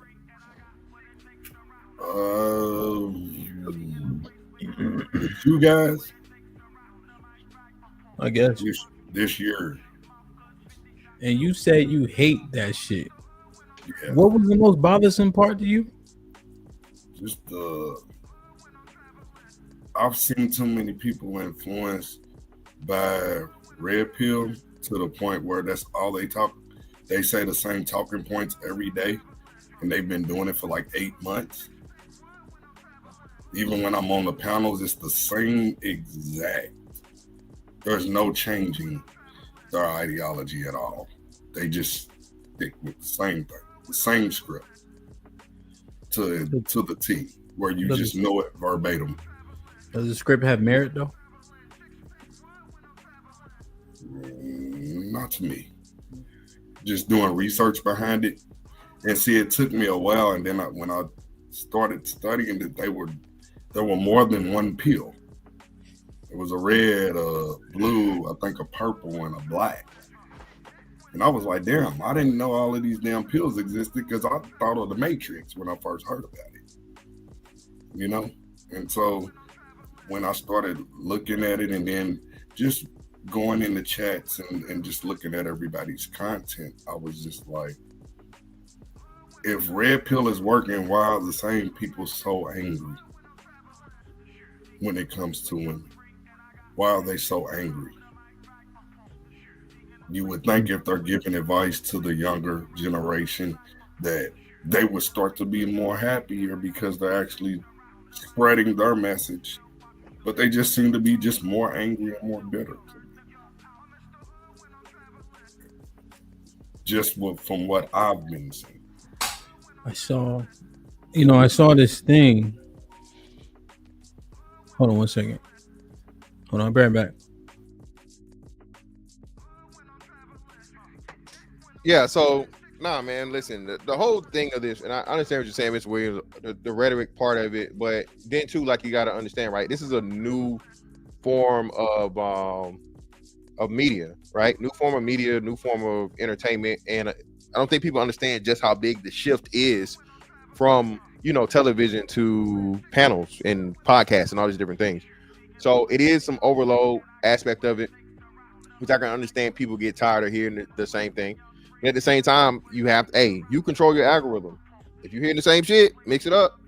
You know what I'm saying? I mean, that's why I try my best, man, not to. I purposely don't listen to a lot of things, especially, you know, red pill content, quote unquote, because for one, I don't want to talk about the same shit everybody else talking about. And then two is just like, hey, you know what I'm saying? I talk about this shit enough myself, so I don't need nobody else to, you know what I'm saying, remind me of the shit or whatever, so on and so forth. So it's just the fact of the matter. And one of the biggest issues is that for the first time, black men are speaking of power. Black men are speaking ourselves into power. People have an issue and a problem with that. They feel like, oh, you niggas this, you all you niggas that. Well, no, I mean, you know, you got fucking Asians and Mexicans out here doing this shit, bro. So I mean, if they can, niggas can get in on it too. That's my whole outlook on it.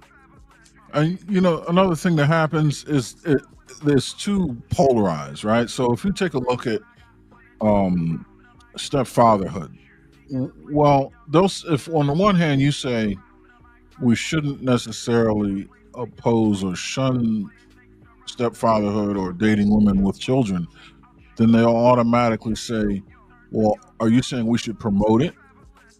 You know what I mean? Like, as if that's the only other option. And no, it's not the case. Right. There's more to it than that. If you ask the question, is it ideal? Is it the most advantageous circumstance to enter into a step parenting relationship? No, it's not. But that doesn't mean to avoid it at all costs. Right. There are so many other facets and attributes to a relationship. There's so many other benefits, advantages, and disadvantages, and you have to put them all on a scale and weigh them out based on what you want for your life and what you're able to deal with and contribute. You have to understand your own limitations, your own desires, your own weaknesses, your own needs, your own principles, and you have to make a value assessment. And you have to understand where this fits in your life. And are you going to sacrifice something just to say you're avoiding it? Or if you're going to avoid something just to say you're avoiding it at the sacrifice of something far more beneficial to you? Yeah. You know what I mean? Yeah, because that's something that I had something similar. The situation that you have had with your wife, I had that with my son's mother, but it was with her husband. Right. But me and him always constantly got along, and I never gave him hell. I felt like if he has two good men raising him, that's better than us going to war. And then you have three dysfunctional parents instead of opposed to us doing it all together and helping. Right.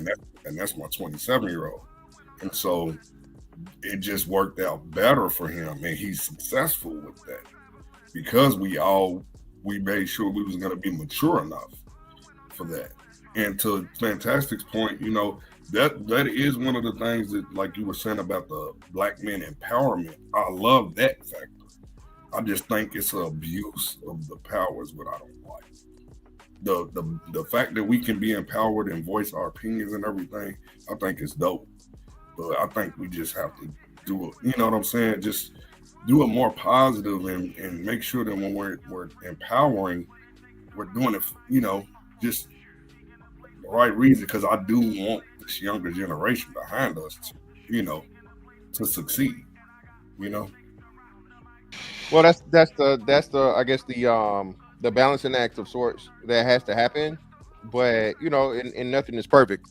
But like I'm saying, it's such a new concept, right? As to where I think this is why um it's so lopsided and it's so extreme is because for so long black men haven't had a voice, right? So like you say, you get a voice out here. Not everybody falls behind that voice, but like you say, if it's the wrong voice, now you have and now you know people, you know what I'm saying, they're emboldened, right? You finally got somebody saying the shit you want to hear. Yeah, nigga, yeah. Everybody hype. And no, now because you know it's bro, anybody can be a podcaster. Anybody can be a channel. Anybody can, you know what I'm saying? You can literally blow up tomorrow if you do it right, you catch the right timing. So now, like you said, you got people out here that don't live the life. They've never had the experience. They just know the rhetoric. They repeat the shit. And now if you look into their life and they got these big platforms, it makes everybody look bad because nigga, what, really? You feel me? So I definitely understand it, man. And like I said, I had to learn to not take it personal. But at the end of the day, what you come to learn is people are more comfortable with the you know, the bravado and the show than the reality of it. If you keep shit real, bro, for real, and you just like, hey, bro, this shit gonna suck sometimes, and you know, hey, this probably the way you gonna have to do it. People, niggas don't like that. Niggas want to be sold a dream, man. You know what I mean? Men want to be sold a dream too. Yeah, you're right. Yeah. I think men want to live a dream as opposed to being sold one. I think they want to be told that they can live a dream, and if they're not living the dream, they want those outcomes ignored. But they still want the ability to sell that dream elsewhere, because selling a dream, in essence, says you're living the dream. And I think that's what a lot of these, you know, this YouTube kind of platform allows people to do. It allows people to hide behind the screen, hide behind the keyboard. You know what I mean? Yeah. They well. It ain't so. Mr. Chill Out, what's going on, man? What's going on, panel and chat? How are y'all? What up, bro? What's up? What's good, champ? What's good, champ? What up? You heard the whole conversation, man? No, I was running around. I came in. Well, what made me hop on was listening to Mr. Fantastic, and it hit me as far as, excuse me if I turn away, I'm driving with my son who's 18, and it hit home because I didn't have a male role model to give me the information about steering clear about this whole baby mama situation, because I really didn't know what that entailed to be a man or a father at the age of 18 and linking up with a chick who had a kid. But now having my son, I give him the information as far as because you can endure something doesn't mean you should. And the wisdom of how to go about that, right? Because you think you can go ahead and endure these this relationship and the responsibilities that it comes with, don't mean you should, because you don't really have to. Like you're obtaining more responsibilities than you really need to in the time that you need to, when you really should be focusing on yourself and what your career is and where you're trying to maneuver, and then understand how to become through the stages of being a man. You know, you don't just come out the womb running, right? We crawl and so on and so forth. Yeah, man. No, I agree. What you got? What you say, Hank? No, go ahead. Oh, no, I agree, and especially at that age, right? And I think that's another thing that is a problem. The advice is given a lot of times should be tailored to a specific group, age group, demographic, and the advice that the advice I would give to an 18-year-old versus a 28-year-old versus a 38-year-old about getting into single motherhood, relationships are going to be different sets of advice. Like you said, at 18, you need to be focused on a very acute set of circumstances in your life, and that should be that. And then as you move on, those things change. And using these templated talking points to kind of expect to take a blanket effect on everyone, it really muddies the water even further. It fucks it up because everybody has a different set of advice based on different circumstances and standards. I was misinformed because I was taking care of myself and emancipated at 16. So I thought that I already had it all figure it out, the playbook of life, right? And then taking on a relationship with a woman who had a child was just adding on something onto the plate, not really understanding what that entailed and those responsibilities, and going with that emotionally, and how to go and be a leader of the household. Where in the man's standpoint, at 18, I'm still a child in this game, and didn't have the information given me by another male to understand that, hey, you don't need to endure this because you could, because the V good, because she, you know what I mean, everything looking whoopty whoop, doesn't mean you should go ahead and dive into such a manner where you're taking on all these responsibilities that we're not really ready for. And then that's why you end up having children early, because you're going to have a kid with the girl, right? Because y'all laying up with one another. And then you start to create the cycle again while having a baby mama. You just start to repeat the same cycle that's going on, but you're not really informed enough to how to take care of these things financially, emotionally, all the things that come with it, because you think it's just adding on something to your plate, but you're not fully informed of what all this entails, the life-to-life, day-to-day basis, the mood swings and so on and so forth that you think you're ready for when you're really not. And you're right, at 28, man, we still kids at 28. I'm sorry to say it for those who are that age, but you still ain't got it figured out. We still young at those ages, and we just trying to get our head together and wrap around how life really works. Yeah.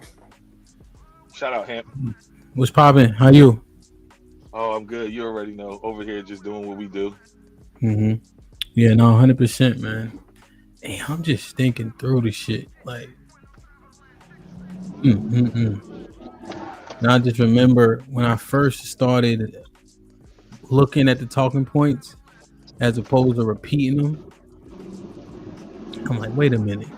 Can I duplicate this in real life, in real time, or have I? And then I realized, like, I haven't actually I didn't see it in myself, you know, and then just like, even with the how you do anything is how you do everything, you know. But 100% on your point, Mrs. Chill Out, where, you know, somebody to advise you the right way to go definitely helps, right? Well, if you go at 18 at your own devices, you probably gonna fuck it up. I'm sorry, early show, my bad. You probably gonna mess it up. Probably, yeah. I'm being nice, right? You're gonna mess it up.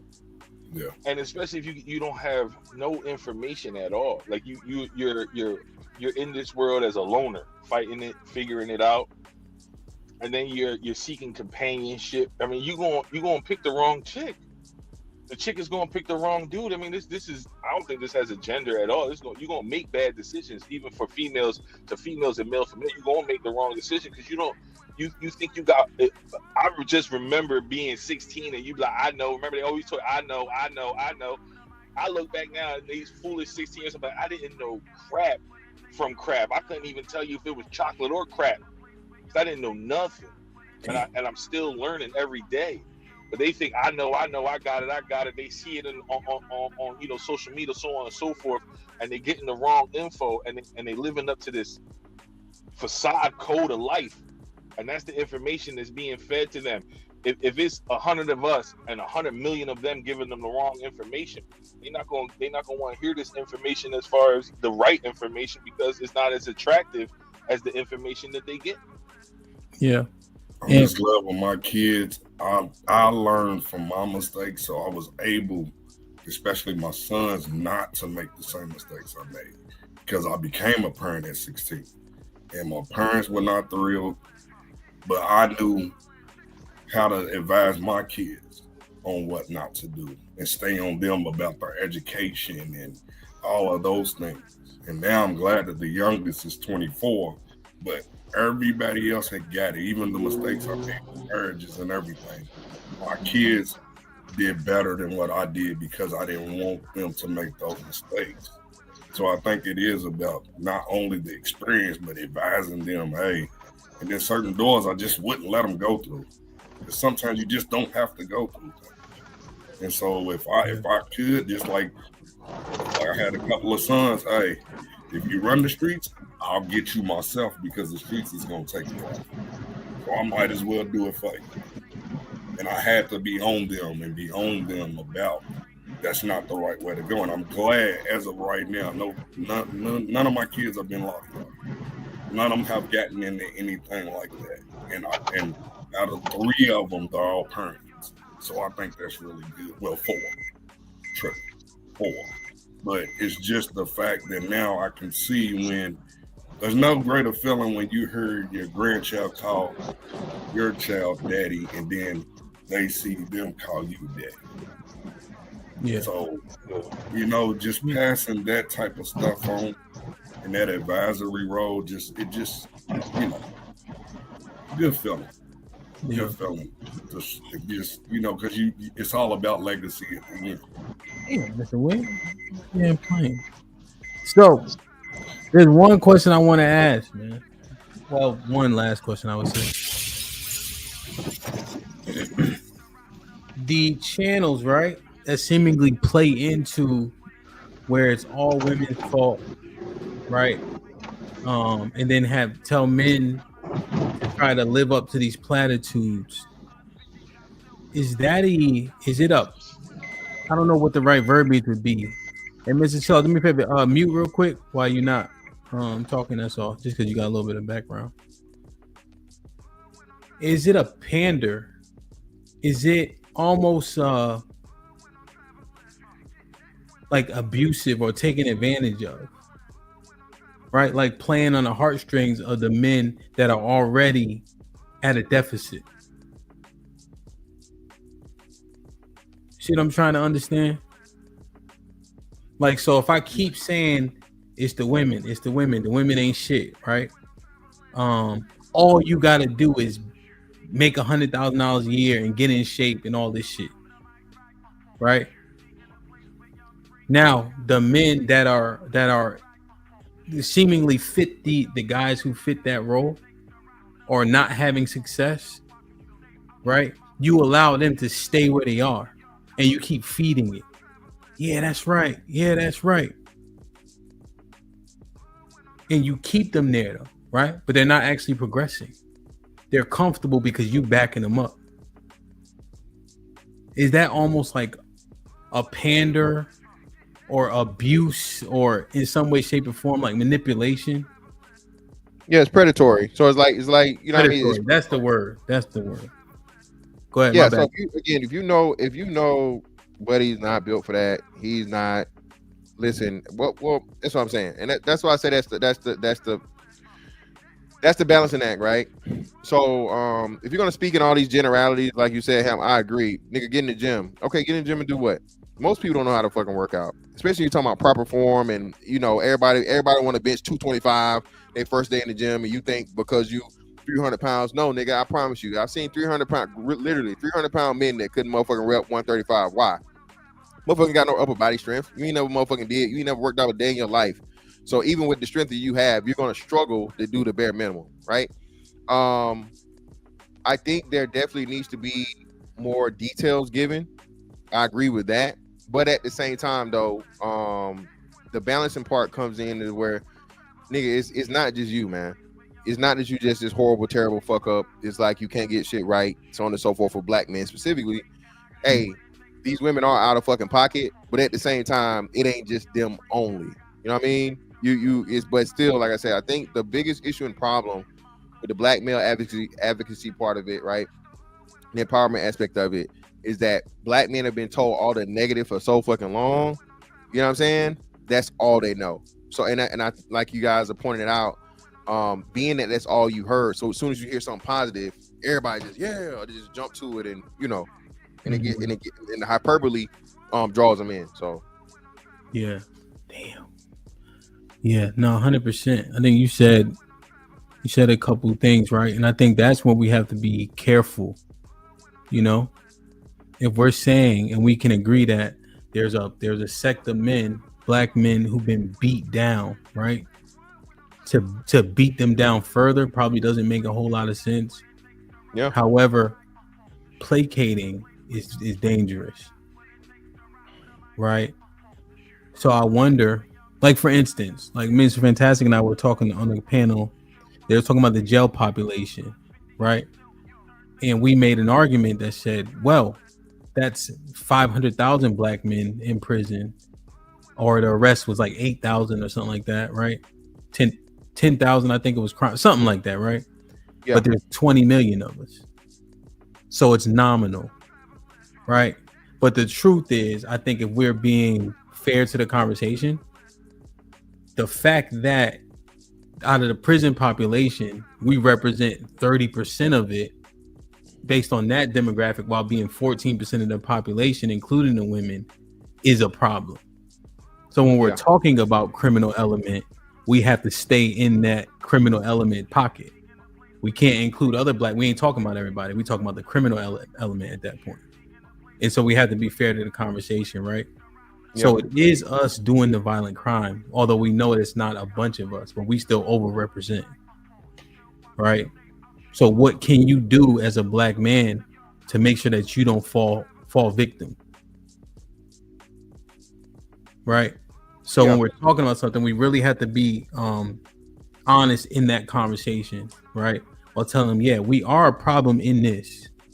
And at the same time, believe in yourself, because you know that's not the majority of us. But however, that minority cast a cloud over everybody. You know what I'm saying? Like, it gotta make sense. So we can't dismiss it, while at the same time letting them know you don't have to be that, and that ain't you. Well, this is the thing, right? And it's a purposeful overrepresentation of the negative. And when people brought it up, when that stat was brought up, or that point was brought up, the bad actors, bad apples, you know what I'm saying, poor representation of black men are always put in the forefront as a representation of the whole. So that's why it's not trying to completely, totally like act like it's not there. But given that, like you said, saying it's 500,000 black men out of the total of black men that there, like less than 1%, is crucial and important. And my counter to what you're saying, I don't agree with that. I think the black men that are doing what they're supposed to do, we're already doing it, and we're going to continue to do it. Them niggas just lost. Fuck them niggas. Just don't, you know what I mean? And the biggest issue we have and problem is that the 99% of us that are doing correct, we praise them niggas that's doing the 1% that's fucking up. Yeah. Those niggas are, you know what I'm saying? They cool. They got clout. They got this. They got that. They real niggas. They whatever, so on and so forth. So I actually think that's one of the biggest issue and problem is that we you know, uplift the some of the worst motherfucking aspects of our representation. So yeah, no, 100%. And that's where you can say I'm complicit because I still wear the free yayo shirt or whatever the case is, right? Yeah. We glorify, you know. They get a party when they come home where, you know, like, we crazy. Yeah. It becomes idolized stereotypes. Yeah. Yeah. Like I'm Puerto Rican, but I know how to say yellow. I don't say it funny. Right, but if you hear a representation of a Puerto Rican, it's automatically with the accent and doesn't know how to say certain words. It becomes that type of thing. And I think even with the negative realm, it becomes that way. You idolize the stereotype, and that's what becomes known. Like when we walking down the street, if we in the wrong neighborhood, they're gonna cross the street. We not even about that life, but automatically, the view is the stereotype is this person finna rob me now. Yeah. And I think it's no longer cool to be regular. It's no longer cool to be a guy that is not in jail doing the right thing. You know what I mean? He doesn't need a collection of Ferraris and shit like that, but is just doing right by his woman, you know, and his son. Yeah, right. Like what I was saying earlier about how my father, you know, to me is still a superhero. I mean, he did well in life, did very well in life. But, you know, like my friends look up to him. Yeah. But he's a regular cat. Like nobody knows what he looks like. You know what I mean? He's a regular cat. Yeah. And that's not cool anymore. Just do well in life. Yeah. No, real shit. Even when we talk about like the women, right? You know, I think when I look at IG, and I said this before, the overwhelm, I would say 95% of them don't got no likes on their pictures. Right. And I said this a bunch of times, right? The 20 likes they got, 15 of them, the people related to them. Right? They just post regular ass pictures. They might go on one cheap trip a year somewhere in the Caribbean. You know what I'm saying? They dress up once in the blue. They ain't doing all like this other shit, right? But we say like they have this modus operandi, you know? And I understand people try to duplicate what they see. But overwhelmingly, that's not the case, right? But if man is already at a deficit mentally, this is his assumption now when he go out into the earth. And I think we do him a disservice. Yeah. Now, needless to say, they tie value to things that we don't tie value to, right? So if men don't have sex with them, I think I do see women assuming that men like them, right? So it's okay to edify in those ways. But then I'll look at a brother who don't have access and is complaining, and I will say, well, what is your composition? Yeah. You built like a Teletubby, nigga. That's not going to upgrade your options, right? That's just regular shit. But now the thing is, well, come with me. I'm on the same path. You know, eating late at night, eating McDonald's. You buying 2 number 2. That ain't gonna get it done, right? And I only know because I did it. You know, I always try to implicate myself when I'm giving the, you know what I mean? So it's like, yo, you know. But the difference is I got good genes, nigga. You fucked. You know, you got to do a little bit more than me. You know what I'm saying? Right? Like, just like the advice has to be palatable, realistic, right? And we have to make sure people are accountable for themselves, right? And then help them get on that path to success. You know, diet is the key, right? But we always just tell people go to the gym and get in shape. You know, so I think it just really, we really have to take more care in our advice. It has to be holistic. You know what I mean? It has to be encompassing, so people can actually improve without just using the talking points and what we say as weaponry. So, and I would say it has to be honest and complete as well. You can't just sell a talking point without selling the potential pros and cons of the talking point and what it costs to achieve the talking point. You know what I mean? We pare down the information so far to where it becomes useless. We have to be honest and complete with it so that people can actually apply it. Yeah. Yeah, because I just don't agree with people who they'll talk about everything and don't have the experience in it. And I think it's a disservice. You haven't experienced it, so why even remotely? I think the worst person is the person that's seen the event that wasn't there. I think you know what? The worst person. It's funny you say that. I think that's another reason why we're not honest and complete with the advice, because of what you just said. We're taking it from someone else out of the left hand, passing it to the right hand, and giving it to somebody. You know what I mean? How can you be thorough about something that you've not experienced, that you've not applied, that you've not battle tested? You can't be thorough with that information. You can only get it the way it was given to you. And then you got to trim it down since you forgot or fucked up or going to misinterpret. Trim it down to the even more skeletal version of itself and then pass it on to someone else as if it's some kind of rule, law, or gospel. Your ass, you got to try that shit on for size. See if it fits. See how it works. Understand it. Where are the weak points? Where are the failure points? How is this beneficial? What value does this even bring? Before you suggest anybody else do something with it. And then you got to understand how it could potentially fit their life and give it to them that way so that they can successfully take it and do what you did. But we're not doing none of that. We're just taking the shit, moving it along without battle testing none of it. But yeah, you're right, Playboy. That's exactly one of the reasons, you know what I mean? You got to be vulnerable. And when I came up here, what Mr. Fantastic said is exactly the baby mama is my son's mom. And the ex-wife that I had, like, that's the whole experience. So I'm giving him from the standpoint of, this was me with your mom that didn't work, taking on a child before you, and then we had kids together, which was you.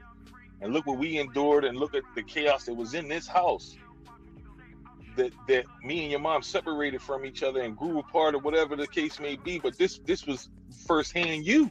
So I had to be vulnerable. How was he going to trust me if I'm not being vulnerable in my information and being honest and true with him? Like, you seen this outcome with your own eyes. You know what it was. So they're not going to believe you, like you said, if you're not giving it from a true place and you ain't got the experience to really tell them like you are. You trying to zhuzh it up, right? Make it sound good. Right. Yeah. And we always talk. So for instance, like, you got book smarts versus street smarts, right? Now you can definitely learn a thing if you take the time to do so, right? I think that's the key difference when we're talking about saying you don't have the experience, so your opinion matters less. It's because nobody has sat down, researched it, studied it, right? So even if somebody goes through school for a thing, yes, they haven't done it tangibly, but they did the work, right? They did the work. They qualify. See, that's not what's happening here. People don't have the experience, and they haven't done the work and the research to even talk through it. So, for instance, as a great example, like the Bible, right? Everybody's an expert on it somehow. This is a book that it's so intricate, and it tells you that, right? But everybody's like, it was written by this person. Shout out to King James gay, this, that, and the third. I'm like, how you never picked up a calculus book and just bust it open like I know what time it is, right? But for some reason, the Bible, boom, this man, come on, And then what happens is when they run in somebody who actually done the due diligence and learn the language and study it, you see it gets exposed.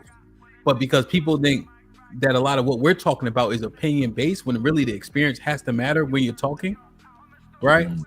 They think that it's the same thing. You're exposing yourself, beloved. Yeah. We know that's not how it goes. And look, I'm a PK. My grandfather was my pastor throughout my life and everything. And then I kind of stopped. But you notice I never get involved when y'all do the biblical stuff. I never speak on it because I know I have lacked off of that, and I'm never gonna jump into that because I would have to go to church probably for 3 or 4 years to even catch up or try to. Yeah, 100%. I think people just have to have the wherewithal, But everybody, you're right. They think and I've seen you. Prime example, when I seen what you did with that preacher months ago, 6, 7 months ago, maybe 8. And he wanted the little boy, and you was like, "Nah, you're not going." All praise to the Most High, man. He gave me that ability. You know what I mean? So I can remember very well. But that's what I like in the conversation too. Like, you haven't done the thing, nor have you studied it. Yeah. Right. So if you don't have experienced it, you'll be limited on how much we value your opinion. And that just is what it is. Yeah. Right. So when we start talking about, divorce, right? Right. Mr. Williams, were you married before? Yeah, I was married twice. Right? I divorced both of them. And Mr. Fantastic went through it, right? So if we're talking about process, unless I'm what's it called? A divorce attorney, right? I'm probably gonna sit back. You know what I'm saying? Like, until I get the tangible experience, or if I actually studied it enough. Yeah. To do the thing. But otherwise, if Mr. Fantastic and Mr. Williams are talking as an example, just because I know, right? I'm gonna be more apt to listen about the proceedings and etc. Then we argue back and forth. Like, Fantastic, then we ain't know what we was talking about, but we've been through a divorce and won. In that type of experience, when you're going through with the lawyers and the paperwork and all that, you don't forget that shit. That ain't something that goes through one ear and out the other. It doesn't. It stays with you. And so I think that's when people sit back a little bit. You know what I'm saying? Yeah. And custody court. Go ahead. And custody court. Yeah, those things. Yeah. Family court. Yeah. Yeah. 100%. And things have nuances, right? So I'm not saying that you can't learn through listening and things of that nature, But you'll know. I think what we want to see more of is if you're less learned, people take a seat or take a step back a little bit. And I use this example, even though it's shitty basketball, I tend to be a little bit more quiet. Right? 1, it sucks. 2, it sucks. And 3, I'm not that good at it. And I never played it for real except for 8th grade because somebody told me I couldn't make the team. A basketball nigga. But I played football and basketball that year. He played nothing. You know? You know? Basketball. Damn, basketball sucks. Yeah. Yeah, man. What is your dislike with basketball so much? They say the tall part. That's the part he doesn't like. Yeah, but the I'm tall 6 part. foot and I still played. I'm 6'5" and it sucks. I'm saying Aaron's an old lineman, so two because he's not good, man. That's all. Non-basketball built motherfuckers talking shit about basketball. Okay. What's the most you ever scored in a game in basketball? I only played in 8th grade.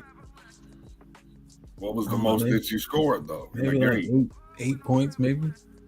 Yeah, no wonder. Yeah, he's salty. I also scored 4 touchdowns in a game. I also had 20 solo tackles in the game. Okay. They said number 34 is on steroids. They ever yell at you in basketball? They thought something was wrong with me. Most I've scored in the game is 58 though. This is when you ain't have cameras. Oh, yes, we did. we had the big recorders. We didn't have cell phones then. No, not the one.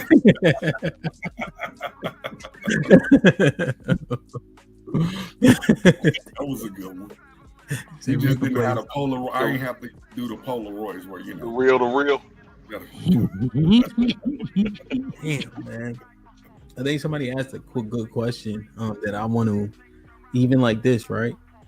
I think they made a differentiation, but it is misplaced, right? Even when we're talking about people's experience, we're not saying people can't differ in experience, right? But they have the experience nonetheless. And so if Aaron or if Mr. Williams were to present one experience regarding divorce, right? And Mr. Fantastic presents another, right? They both actually went through it, so we can make assessments. And as we dive deeper, we can understand mistakes that happen in a given situation. You know, there's so much case law that you can study or not, right? And if you're not privy to it, when you try to defend yourself, what happens? Yeah, I agree. So much.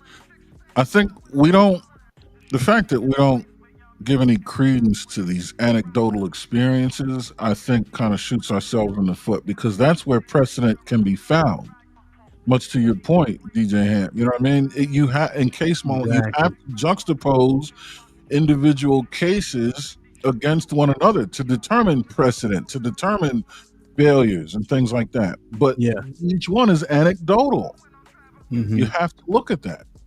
Yeah, you don't have to take it for 100% face value, but you should listen to all of them, understand the similarities and the differences, and how to better create the outcome that you want based on someone's previous experience, not your conjecture and guesses. Exactly. Like for instance, Aaron, when I think of that, Miranda, right? Dude, I wonder how many people know that's a family's name. Yeah. Right? That's somebody's name based on a law being made. The case law that won the case against the state. Yeah. Right. So that's the case law that is now universal for our justice system. Exactly. That comes from an anecdotal experience that resonated and benefited the majority of people. That's where precedent is set. Exactly. Yeah. Yep. 100%. And you know what, Ham? I've been talking about this with people on panels and everything, even with the divorce stuff. My last divorce was free because I used the state. and I live in a no fault state as well. So all the research, and then when I found out I could do, I could get it for free, and the state was gonna help, and I had a good lawyer, and then you can also do it for family court for your kid. So when I say, and I tell men, if you really want to do it, try it all, and didn't have to spend anything but $15 for the filing fee. That was it. Yeah. Yeah, you definitely got to. It will help you with family court and everything. Yeah. And again, we want everybody to participate, right? But I would hope that people be in more question mode if you don't have the experience or the education. Tell me more about this. Well, here's what I thought about X, Y, and Z. And you, not to say you can't get a concession, right? But you attack it in a way in which you're still learning. And if you could disprove it, do so, right? But I think people are just assuming what they're saying is right as opposed to having a conversation. Right. Even if you can't disprove it, you're walking away more learned. It's a win-win. Yeah. Yeah. Brother. They going hard in the yo, Rainbow Kid. Yo, I don't think so. Mr. Chill Out, you coming to Atlanta? We going there the 4th through the 6th. I'm tired of y'all basketball playing niggas, man. I ain't gonna lie to you. For a basketball game, I'll ref it. I'm old. With back we do surgery need a ref though. I'm old. And we need a commentator. Yeah, we got a weekend full of events actually. I'll commentate it. This is April in Atlanta. April 4th through the 6th. All right, chill. We in? Yeah, man. I'll start walking from right now if I need to. Like, we go get it cracking. We gotta show up. Like, you got a ref and a commentator. I'm old. I like that. Damn, man. I like it, man. I like it. Like, share, subscribe, tell a friend, and tell a friend. Hit that like button right now if you can. That helps the channel the most. I think we just here a good time. We don't gotta be here for a long time every goddamn Monday. You know what I mean? This was meaningful as hell, man. Yeah. This was action packed. Flip this up, yeah. I'm tired of that shit, Mel. They keep saying swish. I'm like, yo, that shit is hoppers. Yeah, man. Hoopers. And one like niggas like, I'm like, come on, my nigga. Nigga, you playing with motherfucking Kareem Abdul-Jabbar still? Get him out of here, man. Stop. Yeah, you playing with people older than me. Yeah. CJ with the $5 says, when I come to the panel with an open mind, y'all say I flip-flop too much. No, we listen. Akeem was popping, been a member for 4 months. Hope everybody doing well. And also Big Aaron, Gout is doing better. Yeah, man. He said he's doing a lot better, bro. Appreciate you. Yeah, man. This is how we're gonna do it too, man. Everybody gonna sign up. We're gonna you gotta have a $10 to sign in to the basketball tournament, and we're gonna pick teams. We're gonna pick teams. Whoever got picked last, we'll see how that actually turns out. That's gonna be funny as shit. First 5 to make it from the 3-point line. Tell them, Mr. Fantastic, how it works. That's how it go. It's 3-on-3. Yeah, but for the captain. So you shoot for the captain. The first people to make 3-pointers choose to be captain. Okay, let's do it like that. And then this is how the game's gonna run. You got 2 games going on each side, either side of the court. The game is I'm deciding on between 9 and 11, right? 2s and 3s. If my team playing Mr. Fantastic team, and our game ends, and Mr. Williams and Mr. Chill Out team is playing. So let's say Mr. Fantastic, they got 11, they win. Even if y'all 5-7, whoever got 7 down there is the winner. You see what I'm saying? So the game is like this. As opposed to you waiting and shit. Nah, you better get it done. And I'm contemplating on no takebacks. That means you got to crash the whole time. then that shit get ugly, and you got to be in shape. That's gonna be fun to commentate. You better have urgent care on deck, man. But you gotta crash, bro. You gotta crash. Period. You can't be standing out there. You gotta crash. The action is crazy because everybody crashed. You know, for the most part. Yep. You know, that's gonna be fun for me. You just playing. Yeah, like you better follow your shot. Don't miss no bunnies. See, I got a feeling Mr. Fantastic bring the ball too far down. I'm gonna be able to swipe it. You better look at my tape. I don't ever bring the ball down, young fella. I don't see him keeping it high, man. Yeah, what you do? Hey, I got all they gotta do is put it right there. Yeah, put it. Yeah, man. Damn, man. I might have to bring my own squad too. I might have to bring a ringer squad. You know, I know Kimber Walker. Oh, Kimber? Yeah. might have a chance there. I know Montrez. Montrez Harrell. Harrell, yeah. Montrez Harrell, right? Damn, man. That's what's up. Damn. All right, Mrs. Chill out. We're gonna hold on, we got one more super chat. Let's see. Said what's popping, been a member for 8 months. Says need parts of the basketball game in April. So I put up the Eventbrite already, right? So the field day is the day where we have all the games. So there'll be a basketball tournament that day, along with a bunch of field games. So, you know, tug of war, 3-legged race. We got the not obstacle course, but a relay race, red light, green light, dodgeball, and then the championship games for the basketball will be played after that, and then we'll end the day off with cup in hand kickball. So that shit is funny just because niggas be drunk as shit, trying to catch the ball, trying not to drop the cup, see which one is more important. So that's gonna be good. Got a live show on Friday, and of course we end the weekend with the blackout party number 2 on Saturday night. Bring your Bengay, your ibuprofen. Shiesty with the $5. I like your blouse, Hampy. Very demure. Yo, y'all is bugging, bro. Y'all don't even see. I don't like talk. See, because if I tell y'all what this is, then y'all be act like I'm trying to show off. But whatever, man. Whatever. I'm gonna be the bigger person. Oh yeah, potato sack. Yeah, we got the potato sacks too. Yeah, we got the potato pack race and all that. You know what I'm saying? We got all this shit on deck. It's gonna be fun as hell, man. Come in shape, all right? Because the niggas was catfishing last time. Brother. Wow.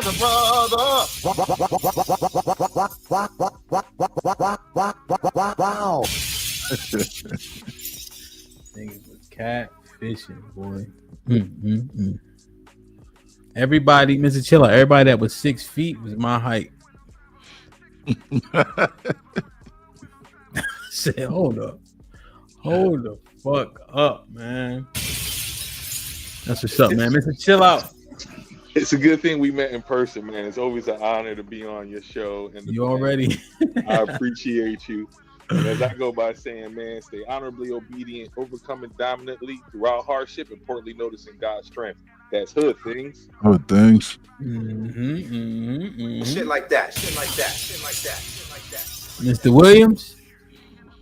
Yeah, man, it was a great show. I always get to learn something, especially Earn, fantastic. Hey, Mr. Chill Out, nice to meet you.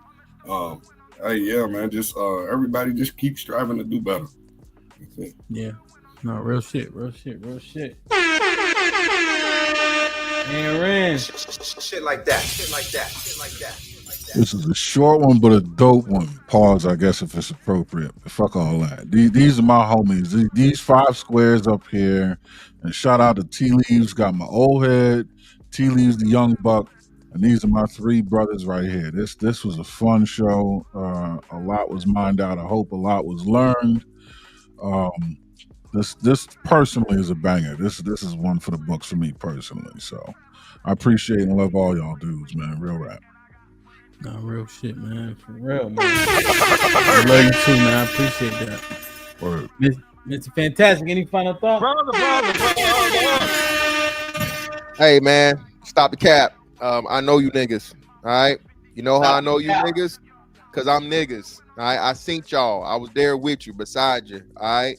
Old, young, tall, short, dark, light.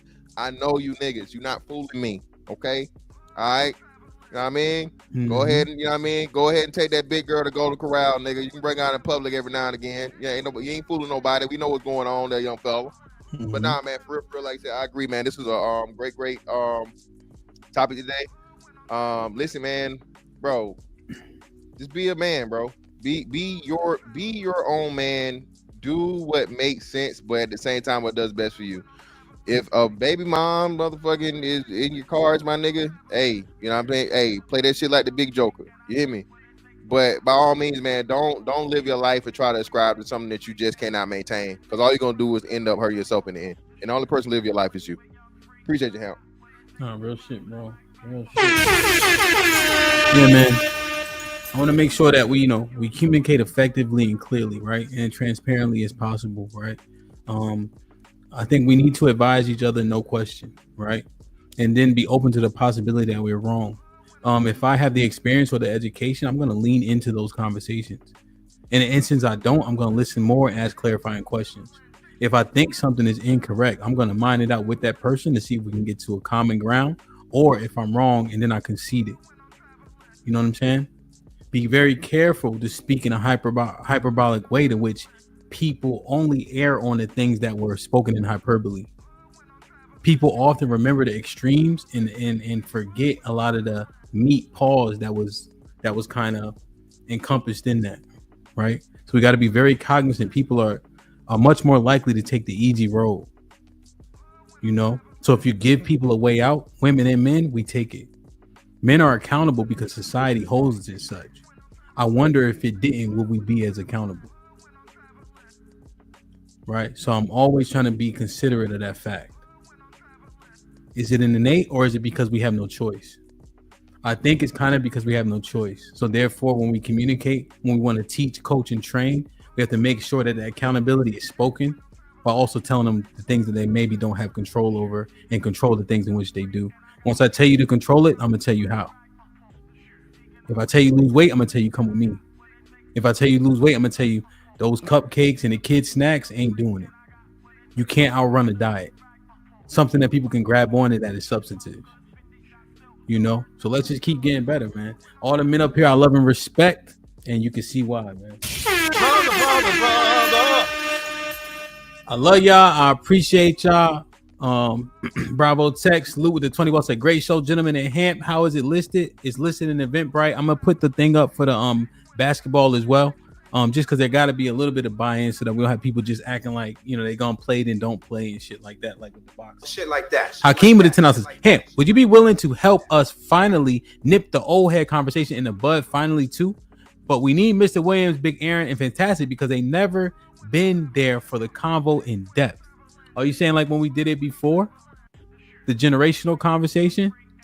Hakeem, real quick before we get up out of here, what are you asking? Like that convo, like how do we have it? Like how we go back and forth? Like what are you asking about specifically? Like how it's conducted, or you talking about when fucking y'all was jumping on Sway or some shit? Talking about that shit? Maybe that's what he's talking about. Let me see if he said anything. Hey, and me and Sway actually had a dope conversation like maybe 2 months ago. It was really good. And he really understood where I was coming from being an old head. And we really get along. Like, because he wanted to know my views on things and how I was looking at everything. So, okay. Yeah, it would be dope. Yeah, I think we can bridge that gap. There's definitely a gap to be bridged. I think we generally get along pretty well, though. See, the problem isn't so much with our age bracket. Like the young guys don't really have a lot of problem with like me, Mr. Fantastic, and like Aaron's age bracket, kind of. Yeah. Like the older millennials, they fuck with us.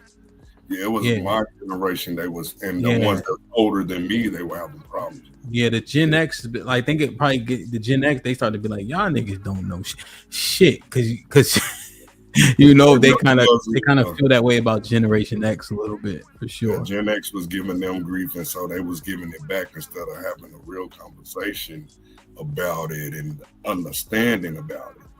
Yeah. See, we're like their older brothers or cousins. Yeah, Gen X is like their dad. Yeah, y'all the cool. Y'all cool. You know what I'm saying? Like, we shouldn't be mentoring them. Y'all should. We're just the advisors of it all. Y'all, I think they feel, and I'm saying feel talked down to. Y'all young punks, this, that, and the third, you know? Yeah. So here's what he's saying. Hakeem with the 10 out said, we need to understand the disrespect in its entirety. Is mostly, in my opinion, we are very specific on what subject we respect a specific individual on in a given conversation. Oh, I see what you're saying. I think they don't like being called soft. That's already a defense mechanism, as we view them for the things that they cry over that we wouldn't. Like back to basketball, like we don't call the fouls that they would call. Like it was different. It was a different time. Michael Jordan basketball is not LeBron James basketball. So as soon as we come at them in that aspect, they're like the defense mechanism goes up and the mute button goes on. But I also think it's like I shouldn't be comparing what I went through as a kid in the 80s to what they've been through. Absolutely correct. Sense for me to talk about the 80s and they wouldn't even thought of. They can't relate. Yeah, they can't relate. So we shouldn't even try to use that as a point, the talking point, because that just goes over their head. It's a moot point right now because they didn't experience it. They don't know what it is. We had to be more relevant and upgrade the way we gonna go ahead and talk to them. We have to evolutionize we need to talk to ourselves them as respectable adults. Though we need to treat them as adults. They're not little kids. How about the message? And the message got to come off clear. We can't talk to them like our parents talk to us because it's not working. Tell you what, these 5 squares, 5 young bucks. I can set it up. Let me look at it, see what it look like for Wednesday. And we'll chop it up with them. But good, I'm about to do a bracket shit early. Yeah.